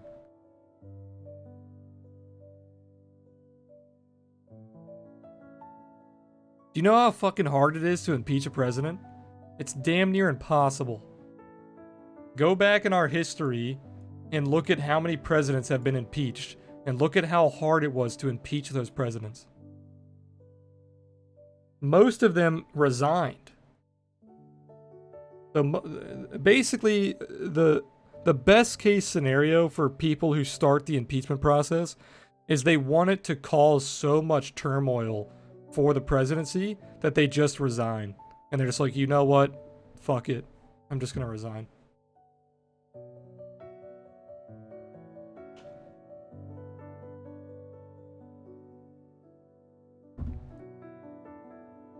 It doesn't matter if you're a Democrat or Republican. It doesn't matter if you're left or right. At the end of the day, you got to think about what are they impeaching him for? Like, even if you're a Democrat, what's the case?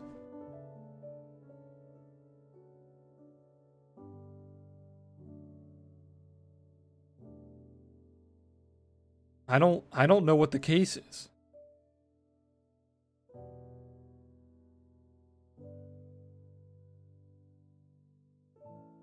God, I'm so pissed. It did not fill my order. I hate you, BitMEX. Look at this.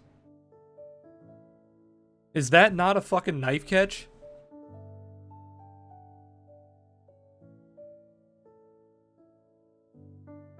That order would be up 7% already. My entire trade would be profitable already if it filled that damn order. That's so sad. I should have swallowed my pride and marketed in. It probably wouldn't even have let me do it. I would have clicked the market button here and it would have filled me here.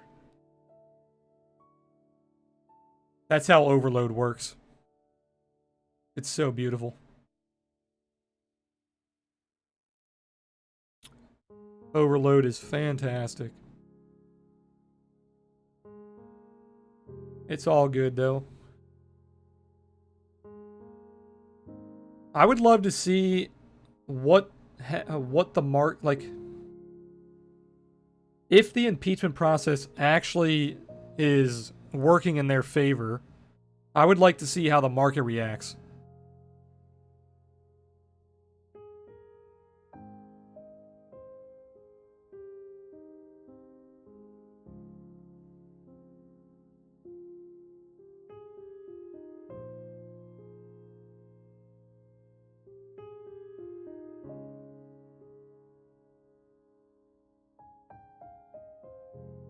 So I'm still brand new. Do you use Coinbase to purchase Bitcoin or some other platform? I use multiple platforms. I use BitMEX, Coinbase. I used to use Binance, but they kicked us off. They kicked off U.S. citizens, so. So I use Coinbase for like my long-term holdings. Like if I want to hold a certain coin and invest in it and I don't trade it. And then I use BitMEX for my trading.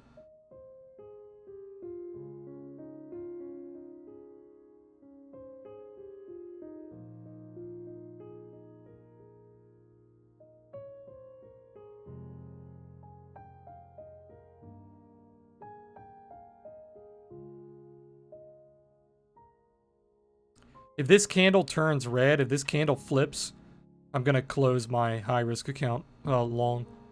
I longed way too early. The long was 85.90.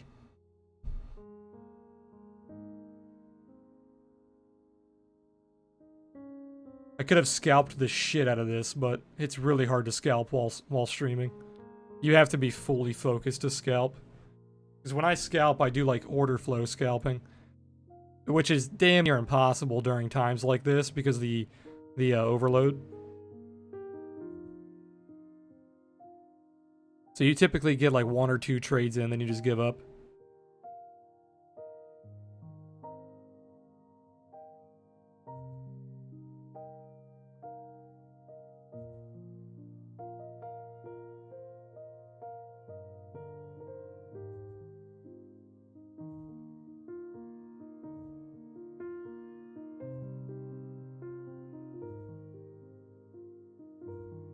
Man, if this becomes the bottom,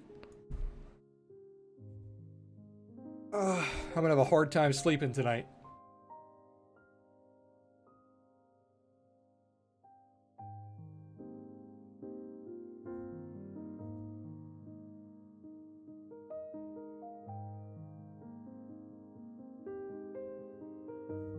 Here, look at this. I'll show you guys where I was trying to get filled, and it didn't get filled because of the overload. This is my bot in Discord.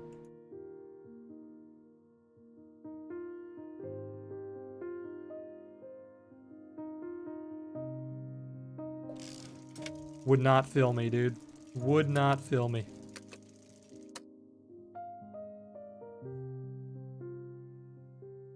Hey, Sticky with the 5 gifted subs. Gifted sub to you.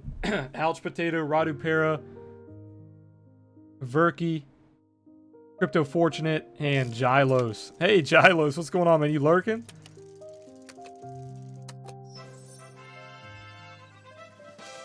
Haven't seen you for a while, man. Welcome all the new subs.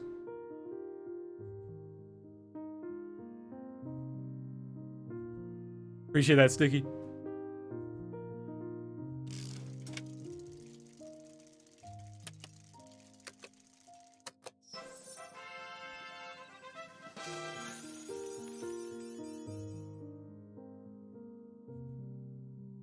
Yeah, I'm getting ready to close my high risk long here. If it breaks this trail, I'm getting out. It failed this pivot perfectly. It gave me an opportunity to get out for a small profit, but wasn't a very good opportunity. Retrace almost instantly. Here we go. It's going for another move. This was almost a bulldog.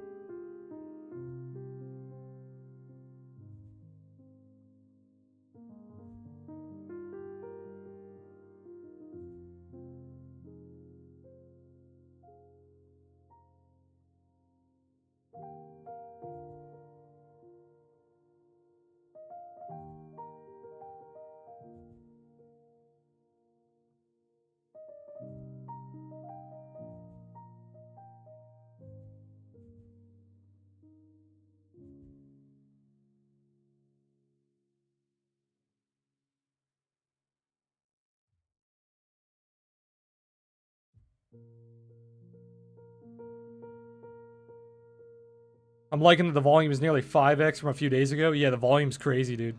It's mostly liquidation volume. Mostly liquidations, for sure.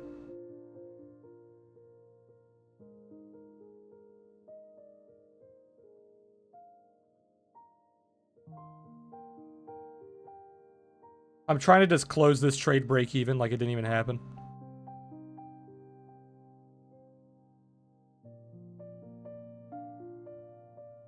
I don't know, it's finding a lot of buyers here, though. Definitely finding a lot of buyers. I could target this 86.90.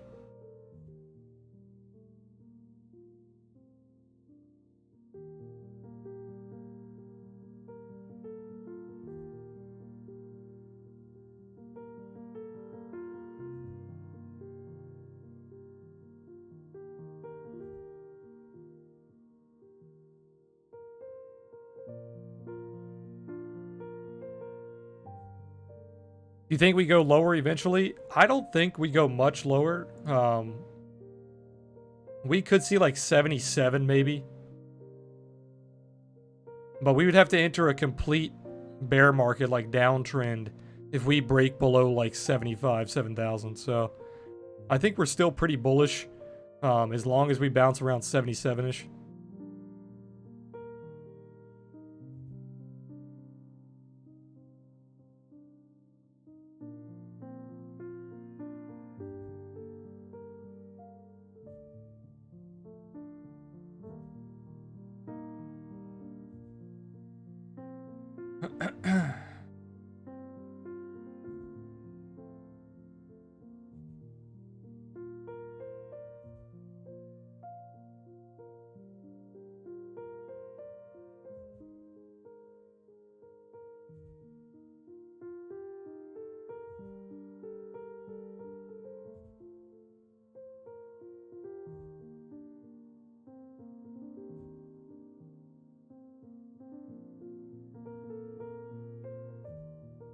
Hey, Keta, what's going on? I bought my coins at 8.15. That's not bad, man. That's good. A massive move up or down was expected. 100%. Yeah, we were expecting this move for a long time. It's in every single one of my streams. Hey, Kita, you said, I think some short-term take profit. Take profit on what? For shorts? Yeah, if you're in shorts, definitely could take profit. You could have taken profit basically all the way down. Really healthy impulse move down. So anything from like 8.5, 8,000, really good take profit for shorts. I took profit on my shorts around 86, so I took profit pretty early, but I didn't want to get V reversed on. So I have PTSD from getting V reversed in very clean trades.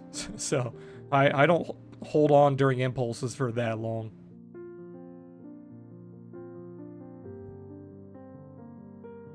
I don't like giving away all my profit in one candle. It's very stressful, so I take profit a little early, but profit's profit.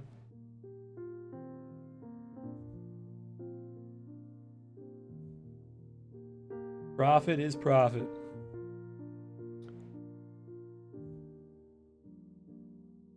Yeah, I've been short for a while, man. I've been short since like 10.3 was most of my shorts. I closed my biggest Bitcoin portfolio, which was my Binance portfolio, all the way up at 12.7. So I took profit on my entire Binance account at 12.7. So we're looking like a genius right now, fucking 33% down, even 37% down. So looking really good. Yeah, we've been cashed out for a long time. Sticky cashed out around 11 to 13k. I cashed out around 13k. So basically, ever since this massive move up, we've just been trading this. We've been trading the range. But I'm starting to buy back in my portfolio right now. This is where I'm entering the money that I liquidated into cash at 12.7. I'm starting to buy it back here. So even if it goes lower, I still made a 30% gain. So I'm not too worried about it. And that's what I tell you guys all the time. Like, profit's profit, man. You're not gonna cry about 5-10% when you made 30%. You don't care. You know what I mean?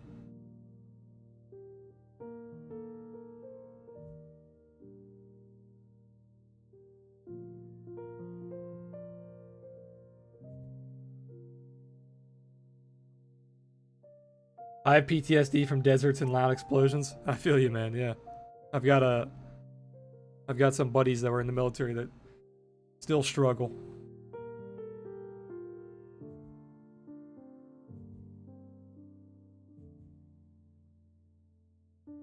Pelosi's starting to speak. Tell me how much of a farce it is. Give me the details. Is it a meme?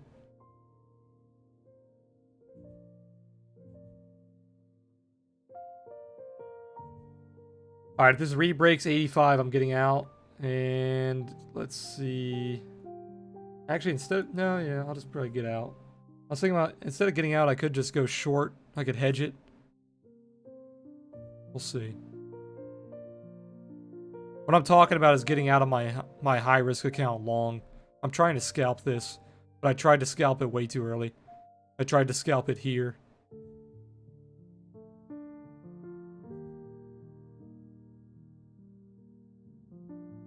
Looking pretty good though. It's bouncing off the trail.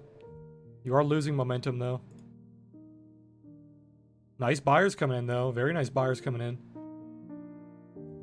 If this bounces here, I'm probably actually going to raise my knock it out break even. This looks like a pretty good bounce. What's that target? That target's 86.93. I could go for that.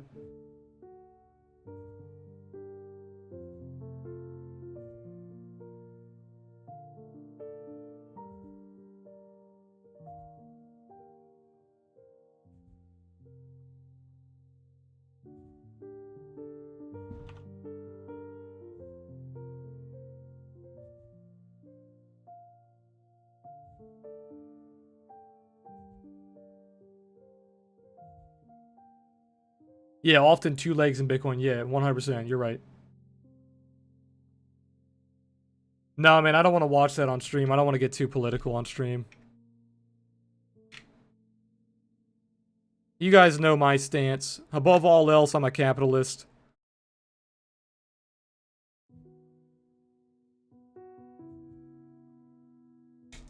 I believe in market freedom.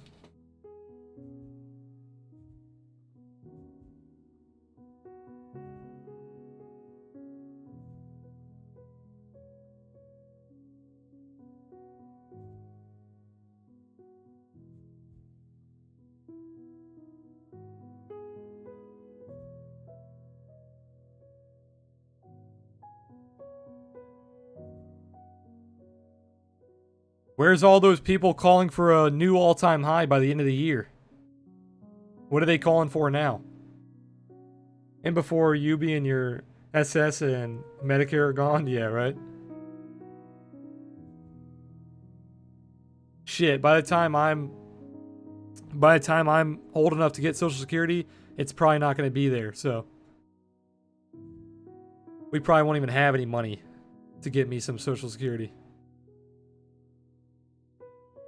Hey, according to that 12-year-old who's going viral, or however old she is, we're all gonna die in like 10 years, so.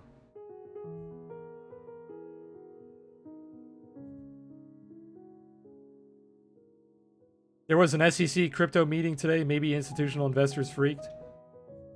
I don't know of anything too fundamental that happened lately besides the backed launch, but this was a pretty massive technical move for the most part. Hash rate 40% crash today. I have no idea what that means. I don't know anything about like the actual technical side of Bitcoin.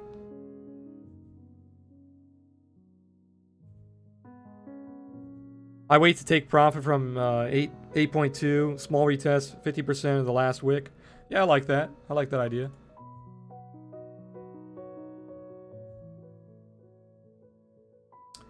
Yeah, this is what I call buy pressure. So you have a lot of buy pressure here. So you could definitely look for take profit in that zone.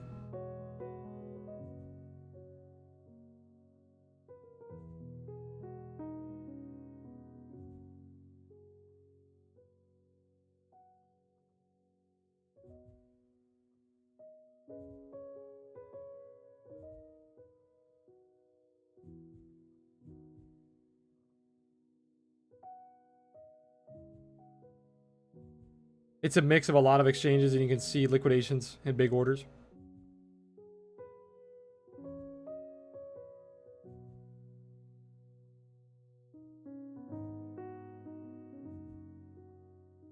What are you talking about?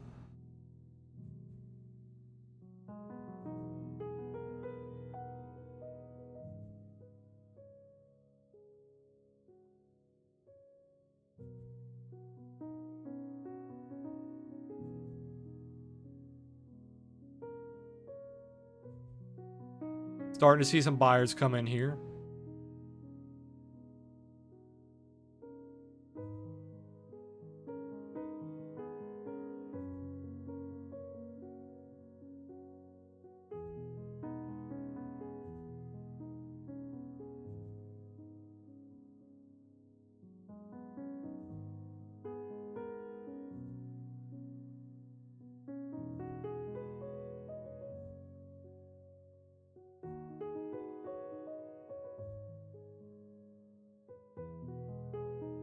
No, I don't see your link. Your link's not popping up. I'm using Restream.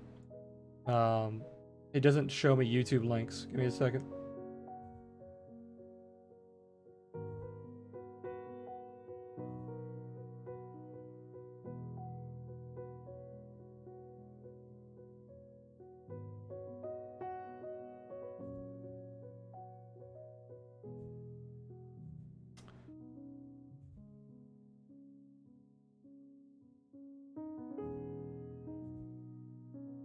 Yeah, your link's not posting.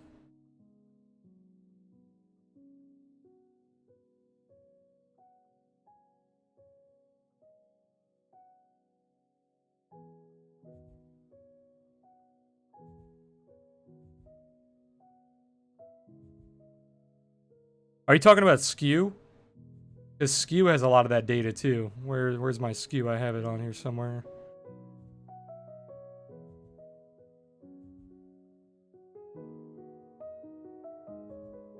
Am I blind? Is it not? Oh, it's right here.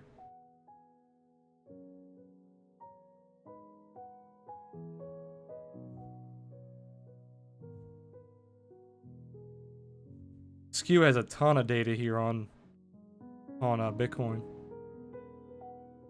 Looks like Huobi has the most volatility. Oh, it's Agger. Yeah, I've seen Agger.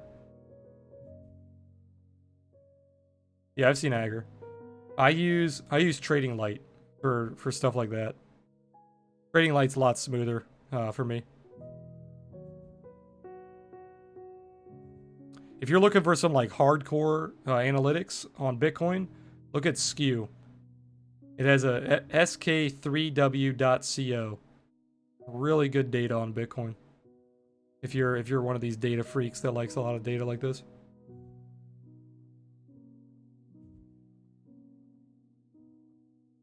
Man, I'm just gonna keep saying it because it's just so irritating. If I would have got filled on that order, we'd be sitting pretty right now, beautiful on my long-term position. My average would be close to 84, 83 if I got filled here. Sadly, my average is here. So my average would be around here.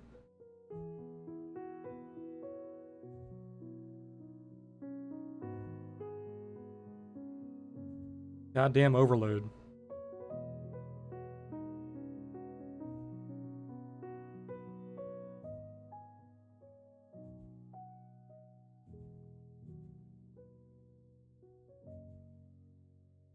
That's a lot of money, man. That's a lot of money that I missed out on from this move here.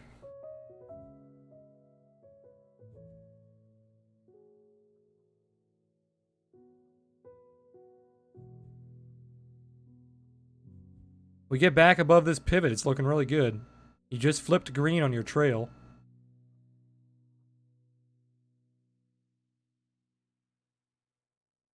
Pivot on the 30, pivot on the 1 hour.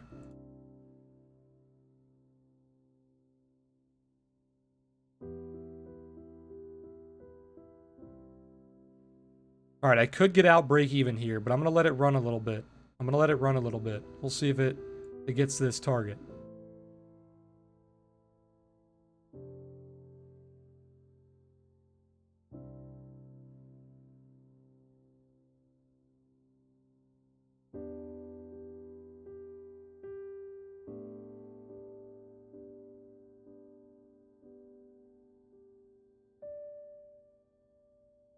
See, a lot of buyers coming in.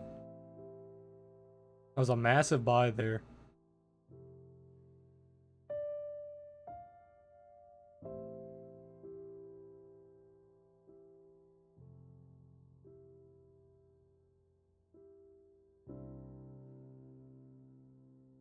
I bet my Ethereum trade's doing very well here.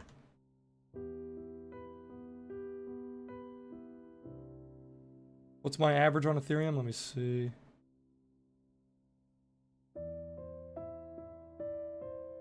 Ethereum's actually not moving that much. We're still about where I got in.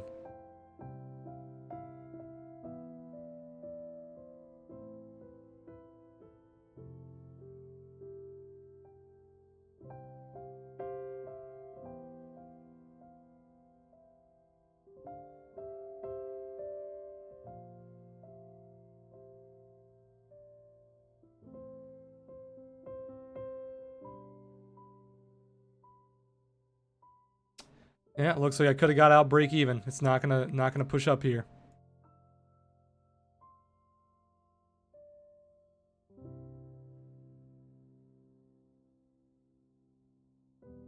It's just all over the place right now. Still in an uptrend. If you hold the trail, I'm gonna continue to hold. It breaks the trail, I'm gonna get out. Losing momentum.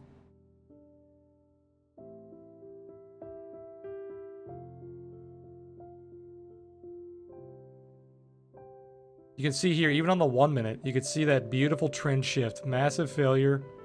You broke the trail, started to accumulate. Accumulation, you broke the 50. You broke the 50 EMA, and then you're climbing now.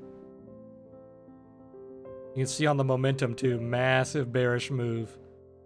Bull trap, bearish, and then you have that shift into that massive bull move up. short the news on Ethereum. When I saw 8K Ethereum wall sell file, I'm asking if I have to short too or wait a little bounce. I like Ethereum long term. Buying Ethereum under $200 long term is pretty solid. Now for a short term scalp, yeah, you probably could get lower, but $160 Ethereum is pretty cheap.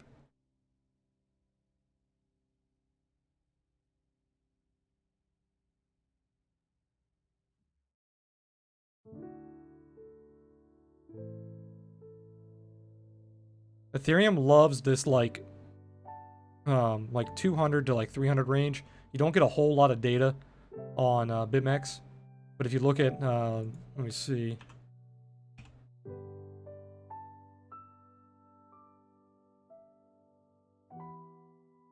You can see Ethereum really likes that kind of $300 level. So you could definitely target 300 like long term.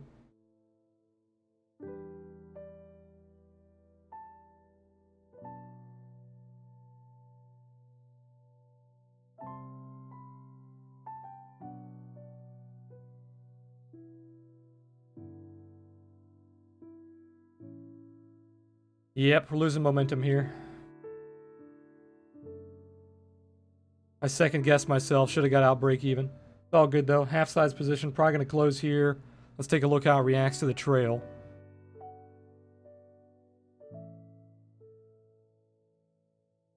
The buyers keep coming in like randomly and then giving up.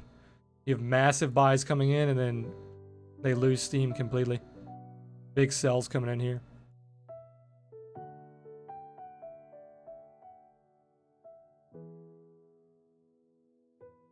Pretty decent buy there, 600,000.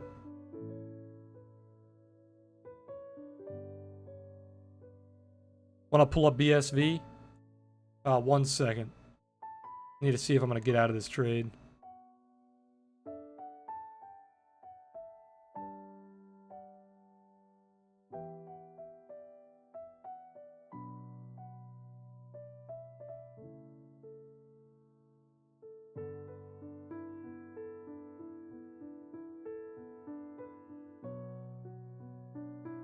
I have a small half size long at 85.90.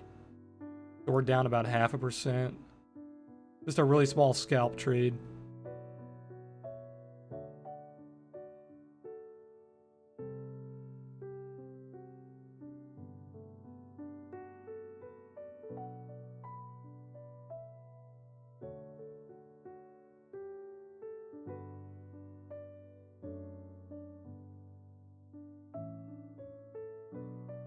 Yeah, I'm gonna let it go here. Letting it go.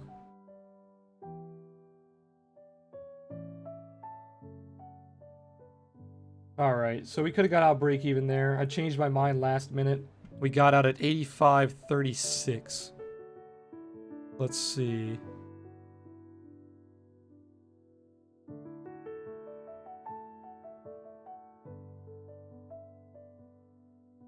Oops, that's a short, need a long.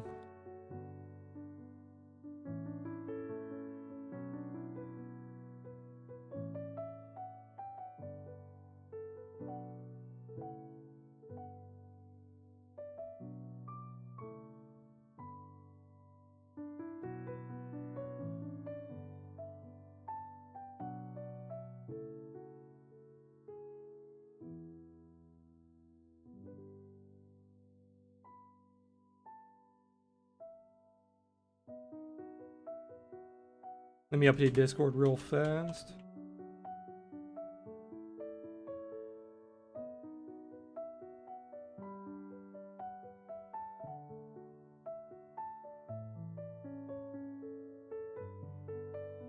What is that? It was a 0.62. Nothing too crazy. 0.62 on half size. Basically nothing.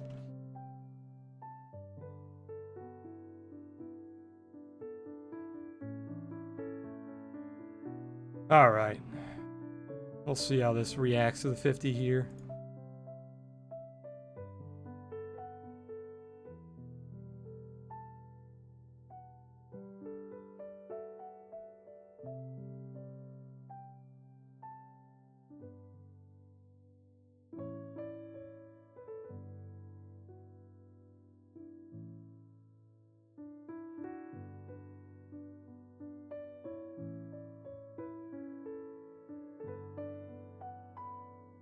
Probably shouldn't be trading anything on my high risk account here until it kind of settles down.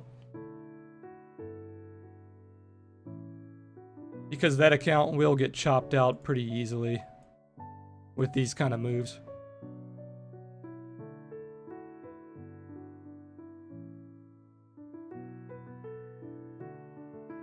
Really would like to buy around like 82-ish, 83 on the high risk account.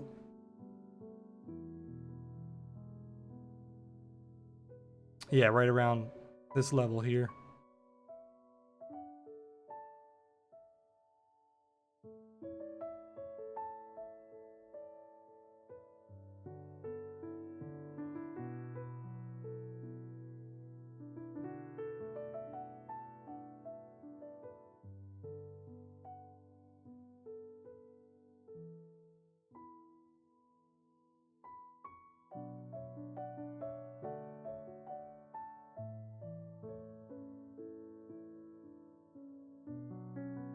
Oh, sorry, BSV. What's the ticker for BSV? Is it just BSV?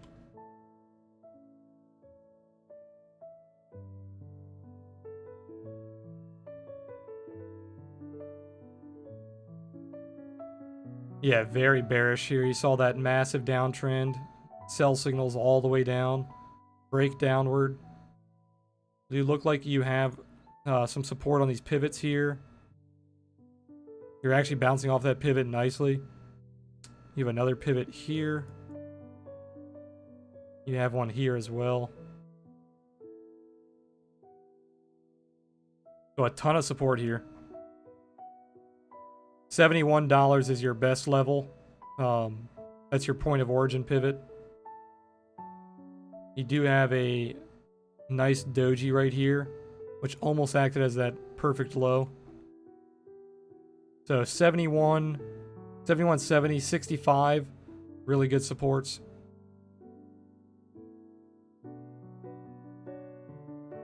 You have a beautiful pivot there on the 15. You're gaining momentum.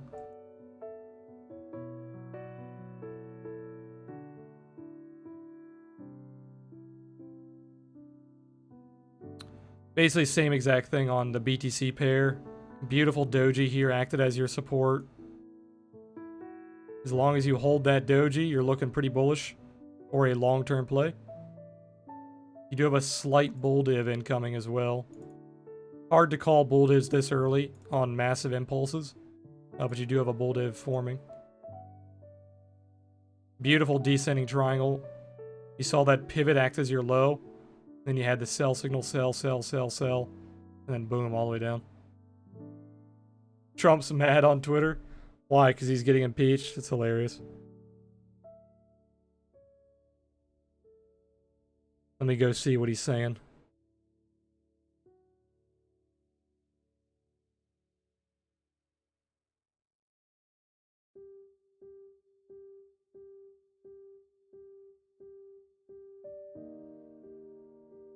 Presidential harassment, all caps. That's hilarious.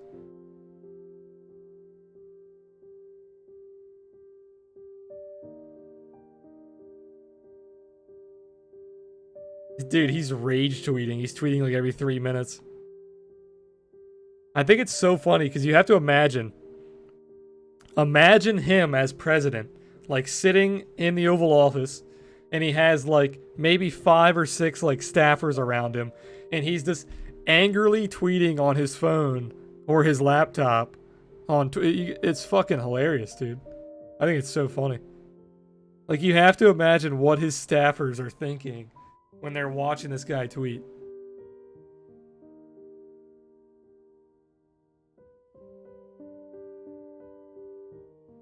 I think it's hilarious.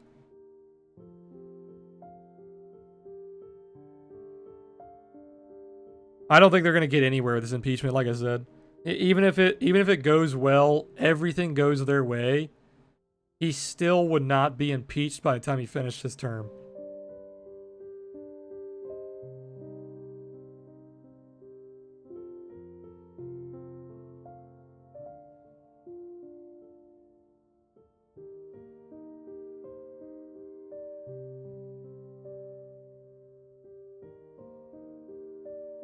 And like I said, I don't want to get too political, but I don't see...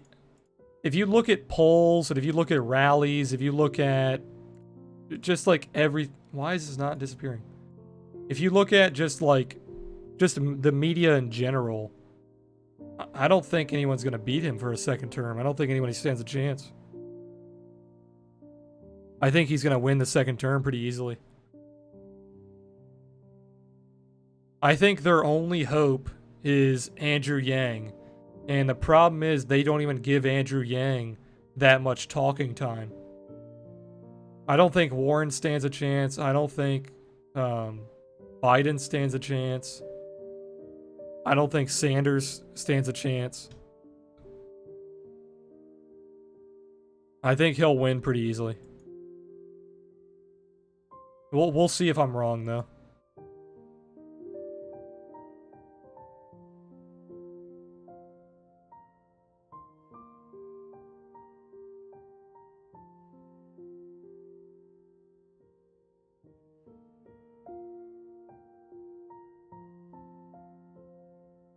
They're all just sitting there agreeing with him. Oh, 100%, man.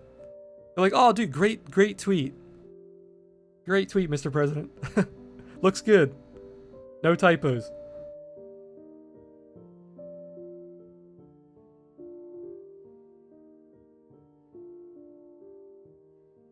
You got to think of it when it gets to a point when they have their candidate.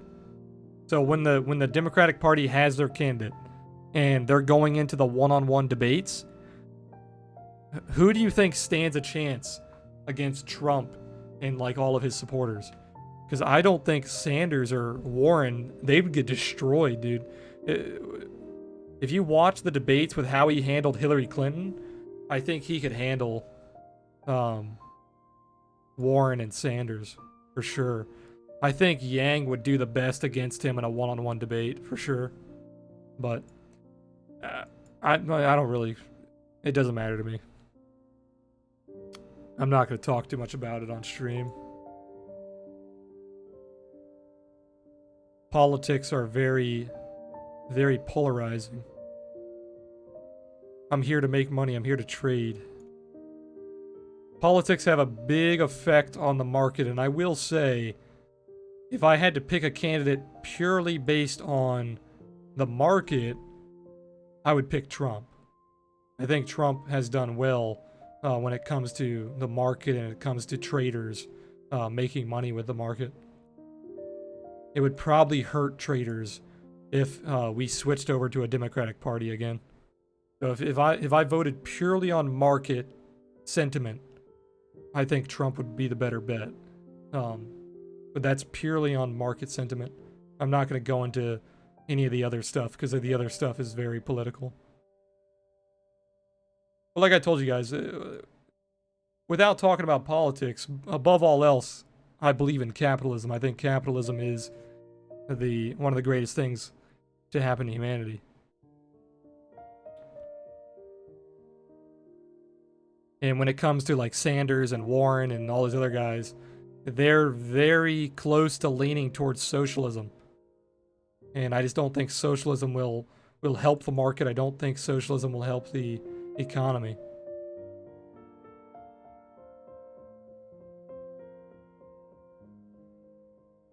Politics are very hard because you have to look at politics from an economical standpoint. You have to look at politics from an emotional standpoint, a moral standpoint, a judgment, a character standpoint. There's just so many different areas that you have to look at it. And it's extremely polarizing.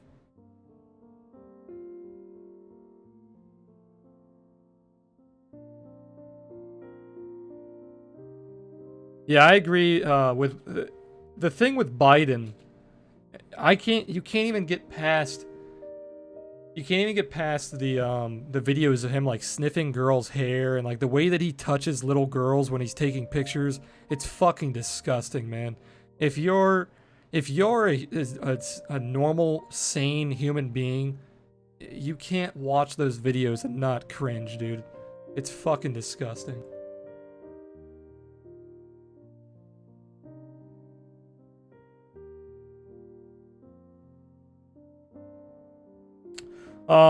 I'm not too into the politics, but when does the like one-on-one debate start?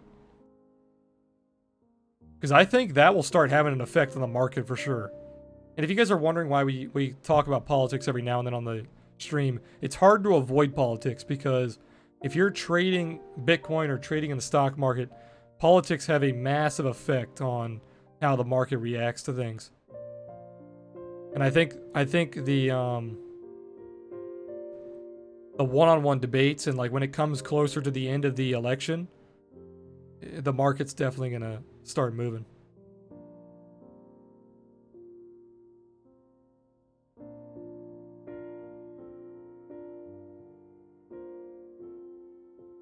Sorry, Moneybag. You said, I think the economy's going to crash before he finishes his first term, or finishes this term, and that's going to kill his chance for a second term.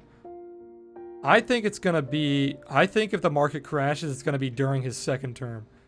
So I talked about this on stream before. I think long term, what my prediction is, he wins his second term, we enter a recession, or we enter just a bear market or a decline in the market.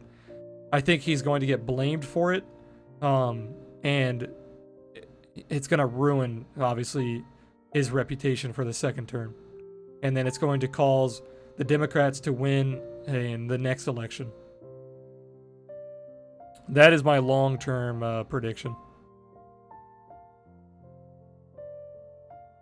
Or, like you said, if the market starts to tank during this term in the next year or so, well, it has to be in the next year. When does the 2020 election happens in, when is it, January? When is the 2020 election date? Or is it in November? 2020. I should know these things. I don't know them off the top of my head, though. Yeah, November. Sorry, it's in November.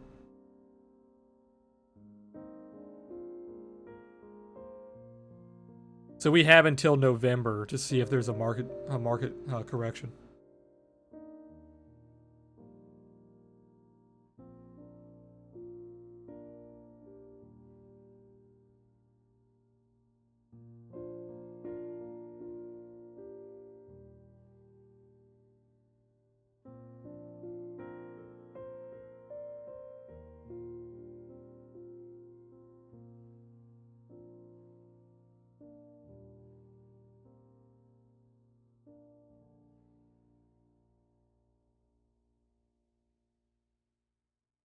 This is why I don't scalp too heavily during times like this. You guys saw during my stream like 15-20 minutes ago, I keep second guessing myself.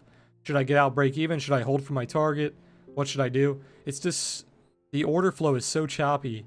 It's really hard to scalp stuff like this.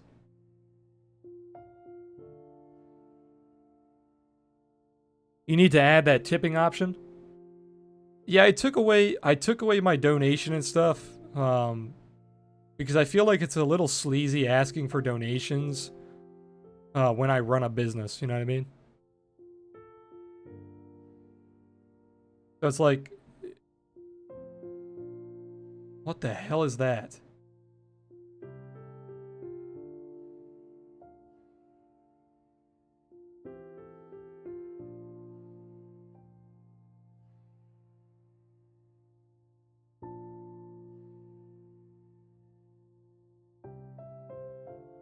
Oh, this is on Coinbase?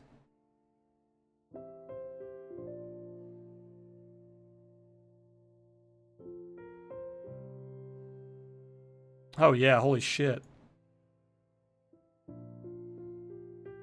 Jeez. He's buying all the way up to 9,000.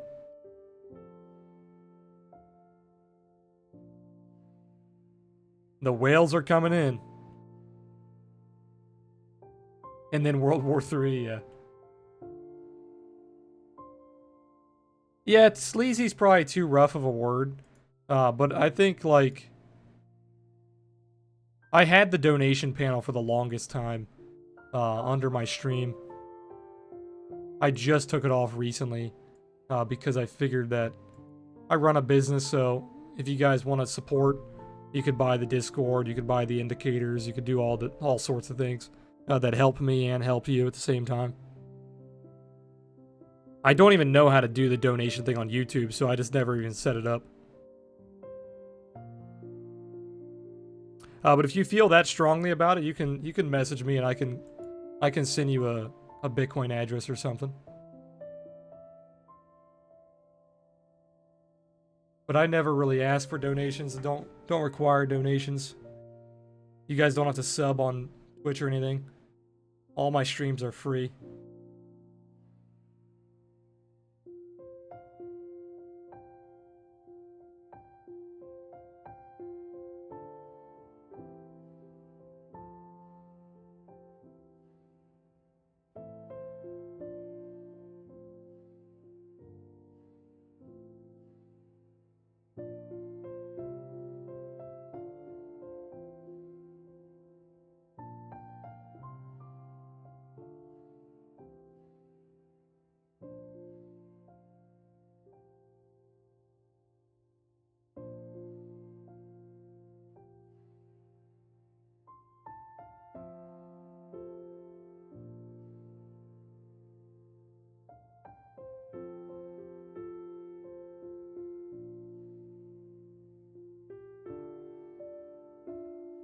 Massive sell wall coming in on Coinbase around that 9,000 level. Your trading style is a bit different than mine. Are you more of a long-term trader?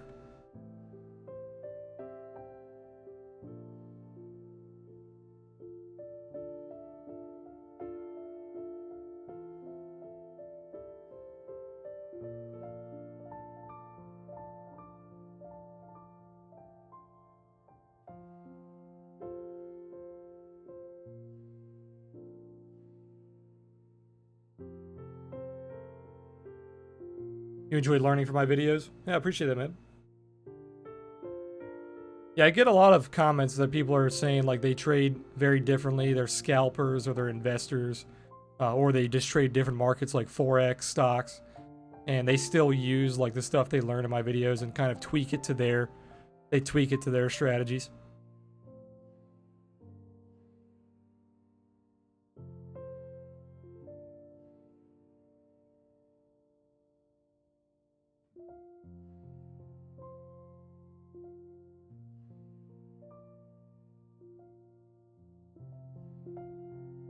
Look at that on Deribit. That's definitely an algorithm.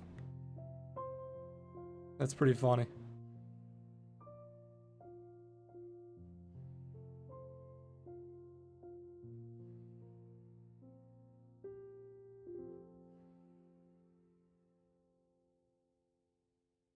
Looks like that algorithm got shut off.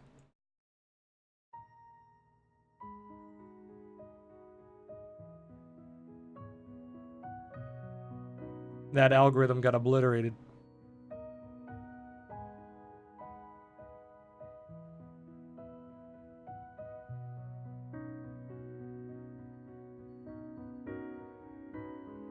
Deribit options market makers were also out.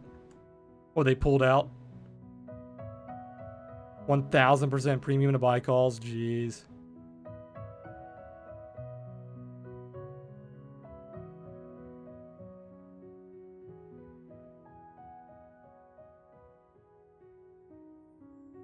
What is my average on my main? 86.92. So we're approaching my average. That's so frustrating. We'd be well in the money right now. My average would be probably 83, 84. We'd be up. Ugh, that's disgusting.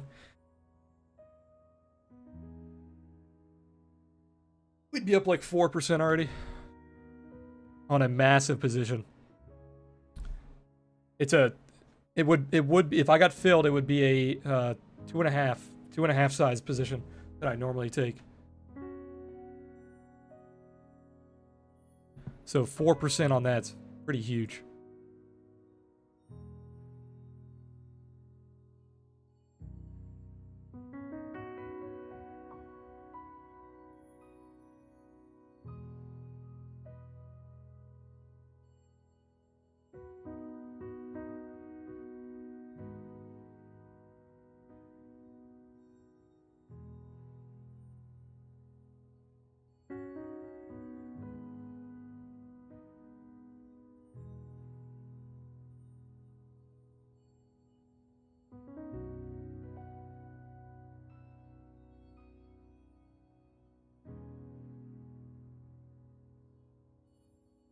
I trade same as you without knowledge. Yeah, that's funny.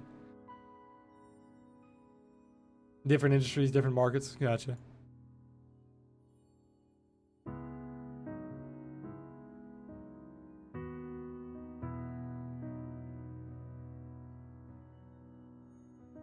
And before we just consolidate into the cloud, a 5% range. Can you imagine how mad people would be if we just consolidated, nuked, and then just consolidated again? Oh god, dude. That'd be terrible.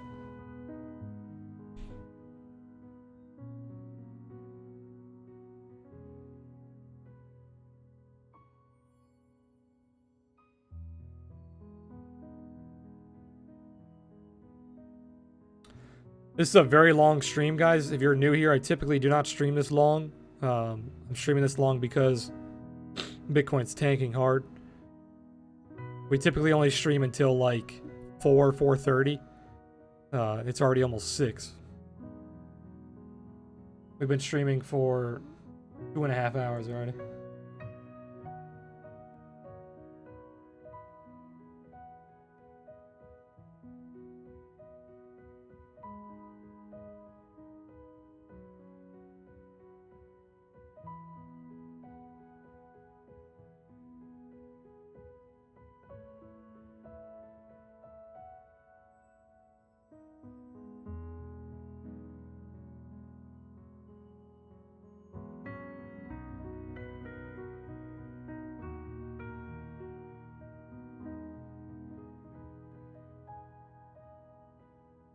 So it's kind of scary how quickly we nuked through this entire range, because this could be resistance moving forward now.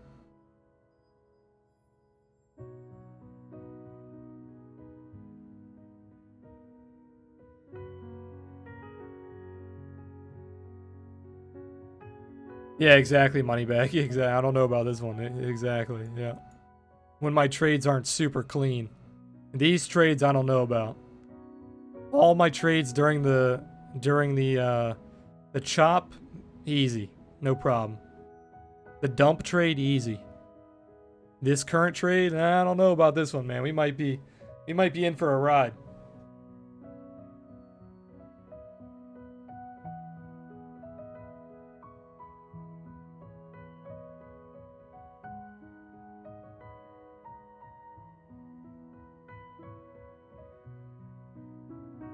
Our Ethereum position's doing really well.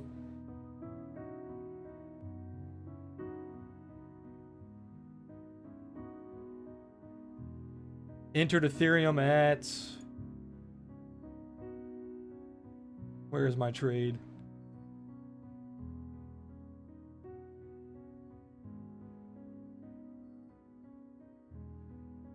I didn't see what price it was. It was 165.85. So we're doing pretty good.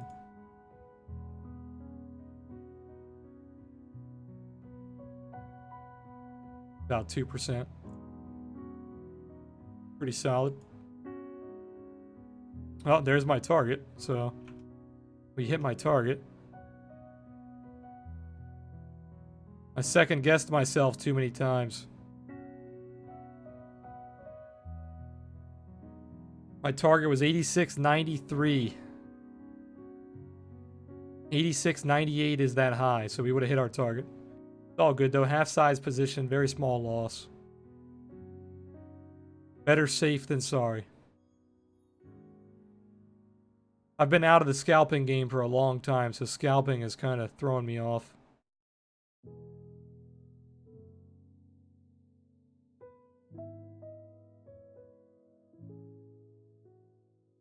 Yeah, if you guys like the content on YouTube, I appreciate all the likes and the comments. That helps us out on YouTube. If you guys are watching on Twitch for the first time, make sure you hit that follow button. I do stream Monday through Friday around 3 p.m. Eastern.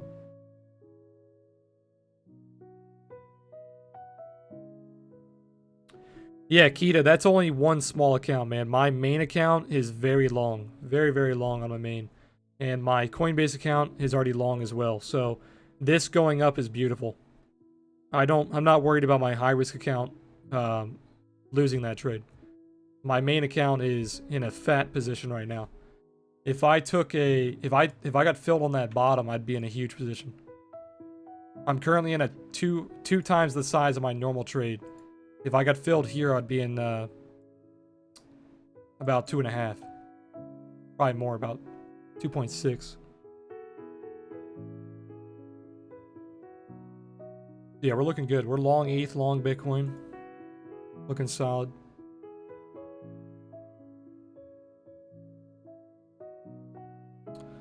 I'm gonna get rid of this box because it's a little obnoxious on my screen now.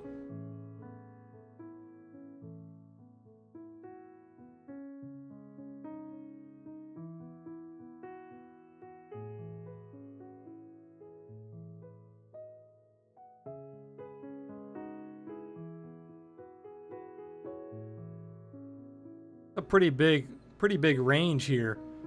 If you go from trail to pivot, about a 9% range.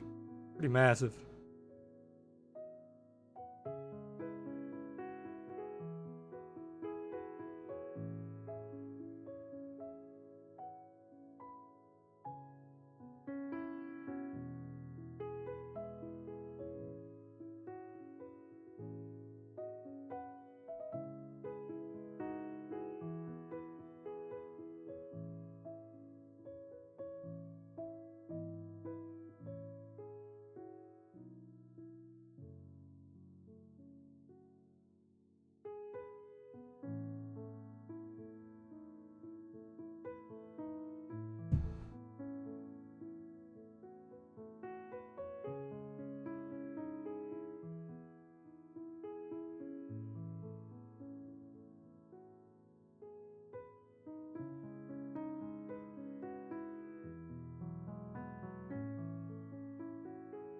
If you guys are completely new to my community, you've never seen me before, check out oasistrading.io. We've got a ton of products on there. We got some indicators. We got a Discord.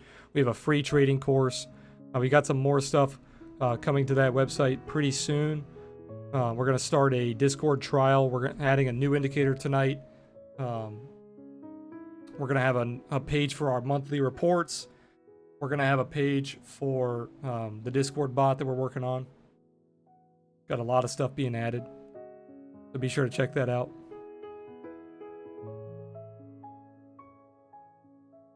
The website is in the top right. Should be up here somewhere.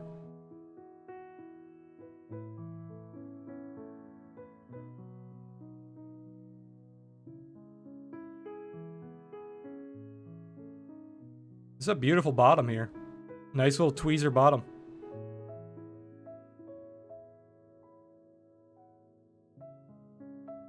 Massive range, super volatile area.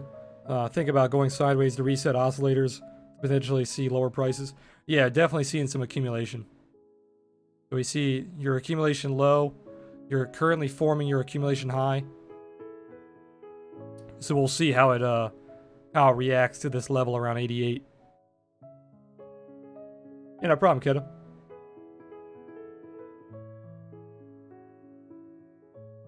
Seeing a slight bull trap on the Momo, so you're not confirming an up move. This could definitely be an accumulation high into a pullback.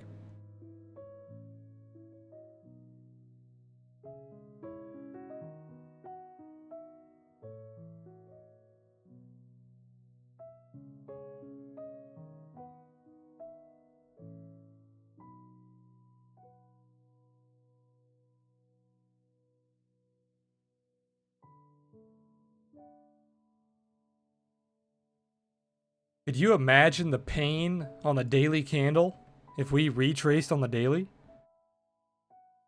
We have 2 hours until the daily closes. I do not think that's going to happen, but that could be massive. That would be like the most Bitcoin thing I've ever seen. Dumping 16% and then retracing in the same candle.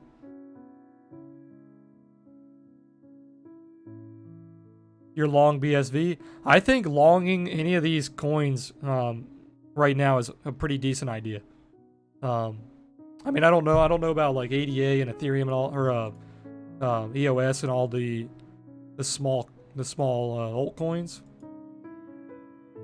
But the big coins, like Ethereum, BCH, I think long in these are pretty good. If you're a long-term trader, I think this is a really good dip.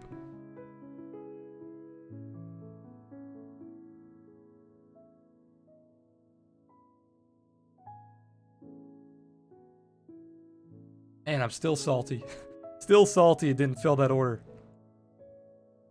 Ugh, so irritating.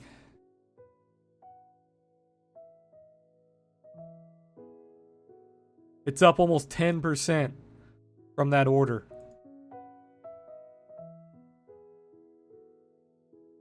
That's huge.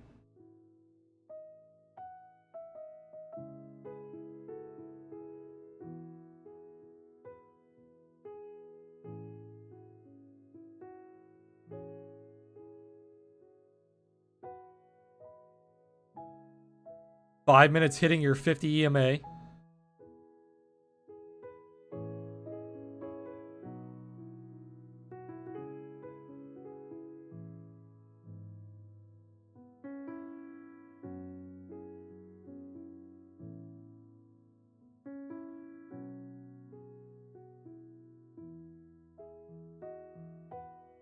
I'm gonna accumulate slowly, buy bit down. Doesn't have overload. Yeah, I know. I need to check out these other exchanges. Can never get a perfect buy. Yeah, 100%, man. That buy would have been perfect, but got beat by the system. I can't complain because I know BitMEX has overload. I've had it for so long. It's basically beating a dead horse at this point. I know it has overload. I keep complaining about it, but I haven't changed exchanges. I could have changed to Deribit, but like I said, we have all of our stuff in Discord coded to BitMEX. So if I want to switch exchanges, it's not just a click of a button.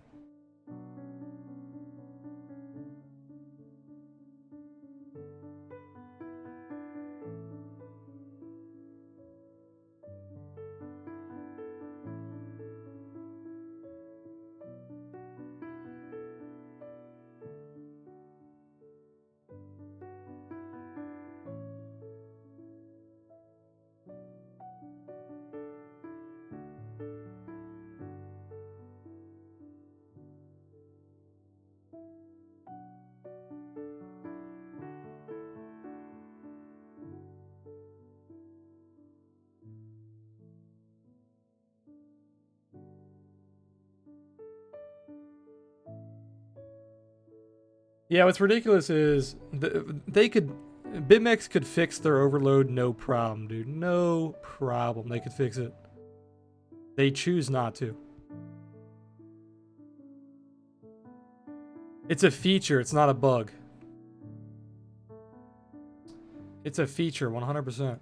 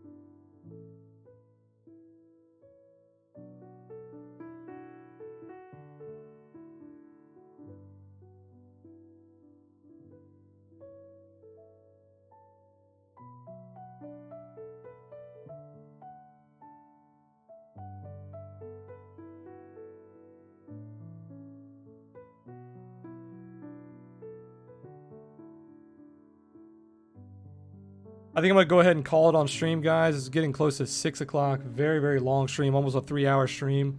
It was crazy today for sure. Appreciate you guys all being here. Like I said, if you guys are new here, just hit that follow button, and I will see you guys tomorrow at 3 p.m. Eastern, and for the rest of the week, we will be streaming 3 p.m. Eastern. So, if you guys want to check me out on YouTube, check me out on Twitch. The links are at the top. Also for my Twitter, it's at the top. Thank you guys all for being here. Hopefully you guys were able to make some money during this crazy Bitcoin movement. And if not, I'll be around to help you guys make some money for the rest of the week and the next week. So, all right, guys. I will see you guys tomorrow. You guys have a good night, good morning, depending on wherever the hell you guys are. I think if you're in Australia, it's pretty early, isn't it? But all right, guys. I will see you guys tomorrow. Peace out.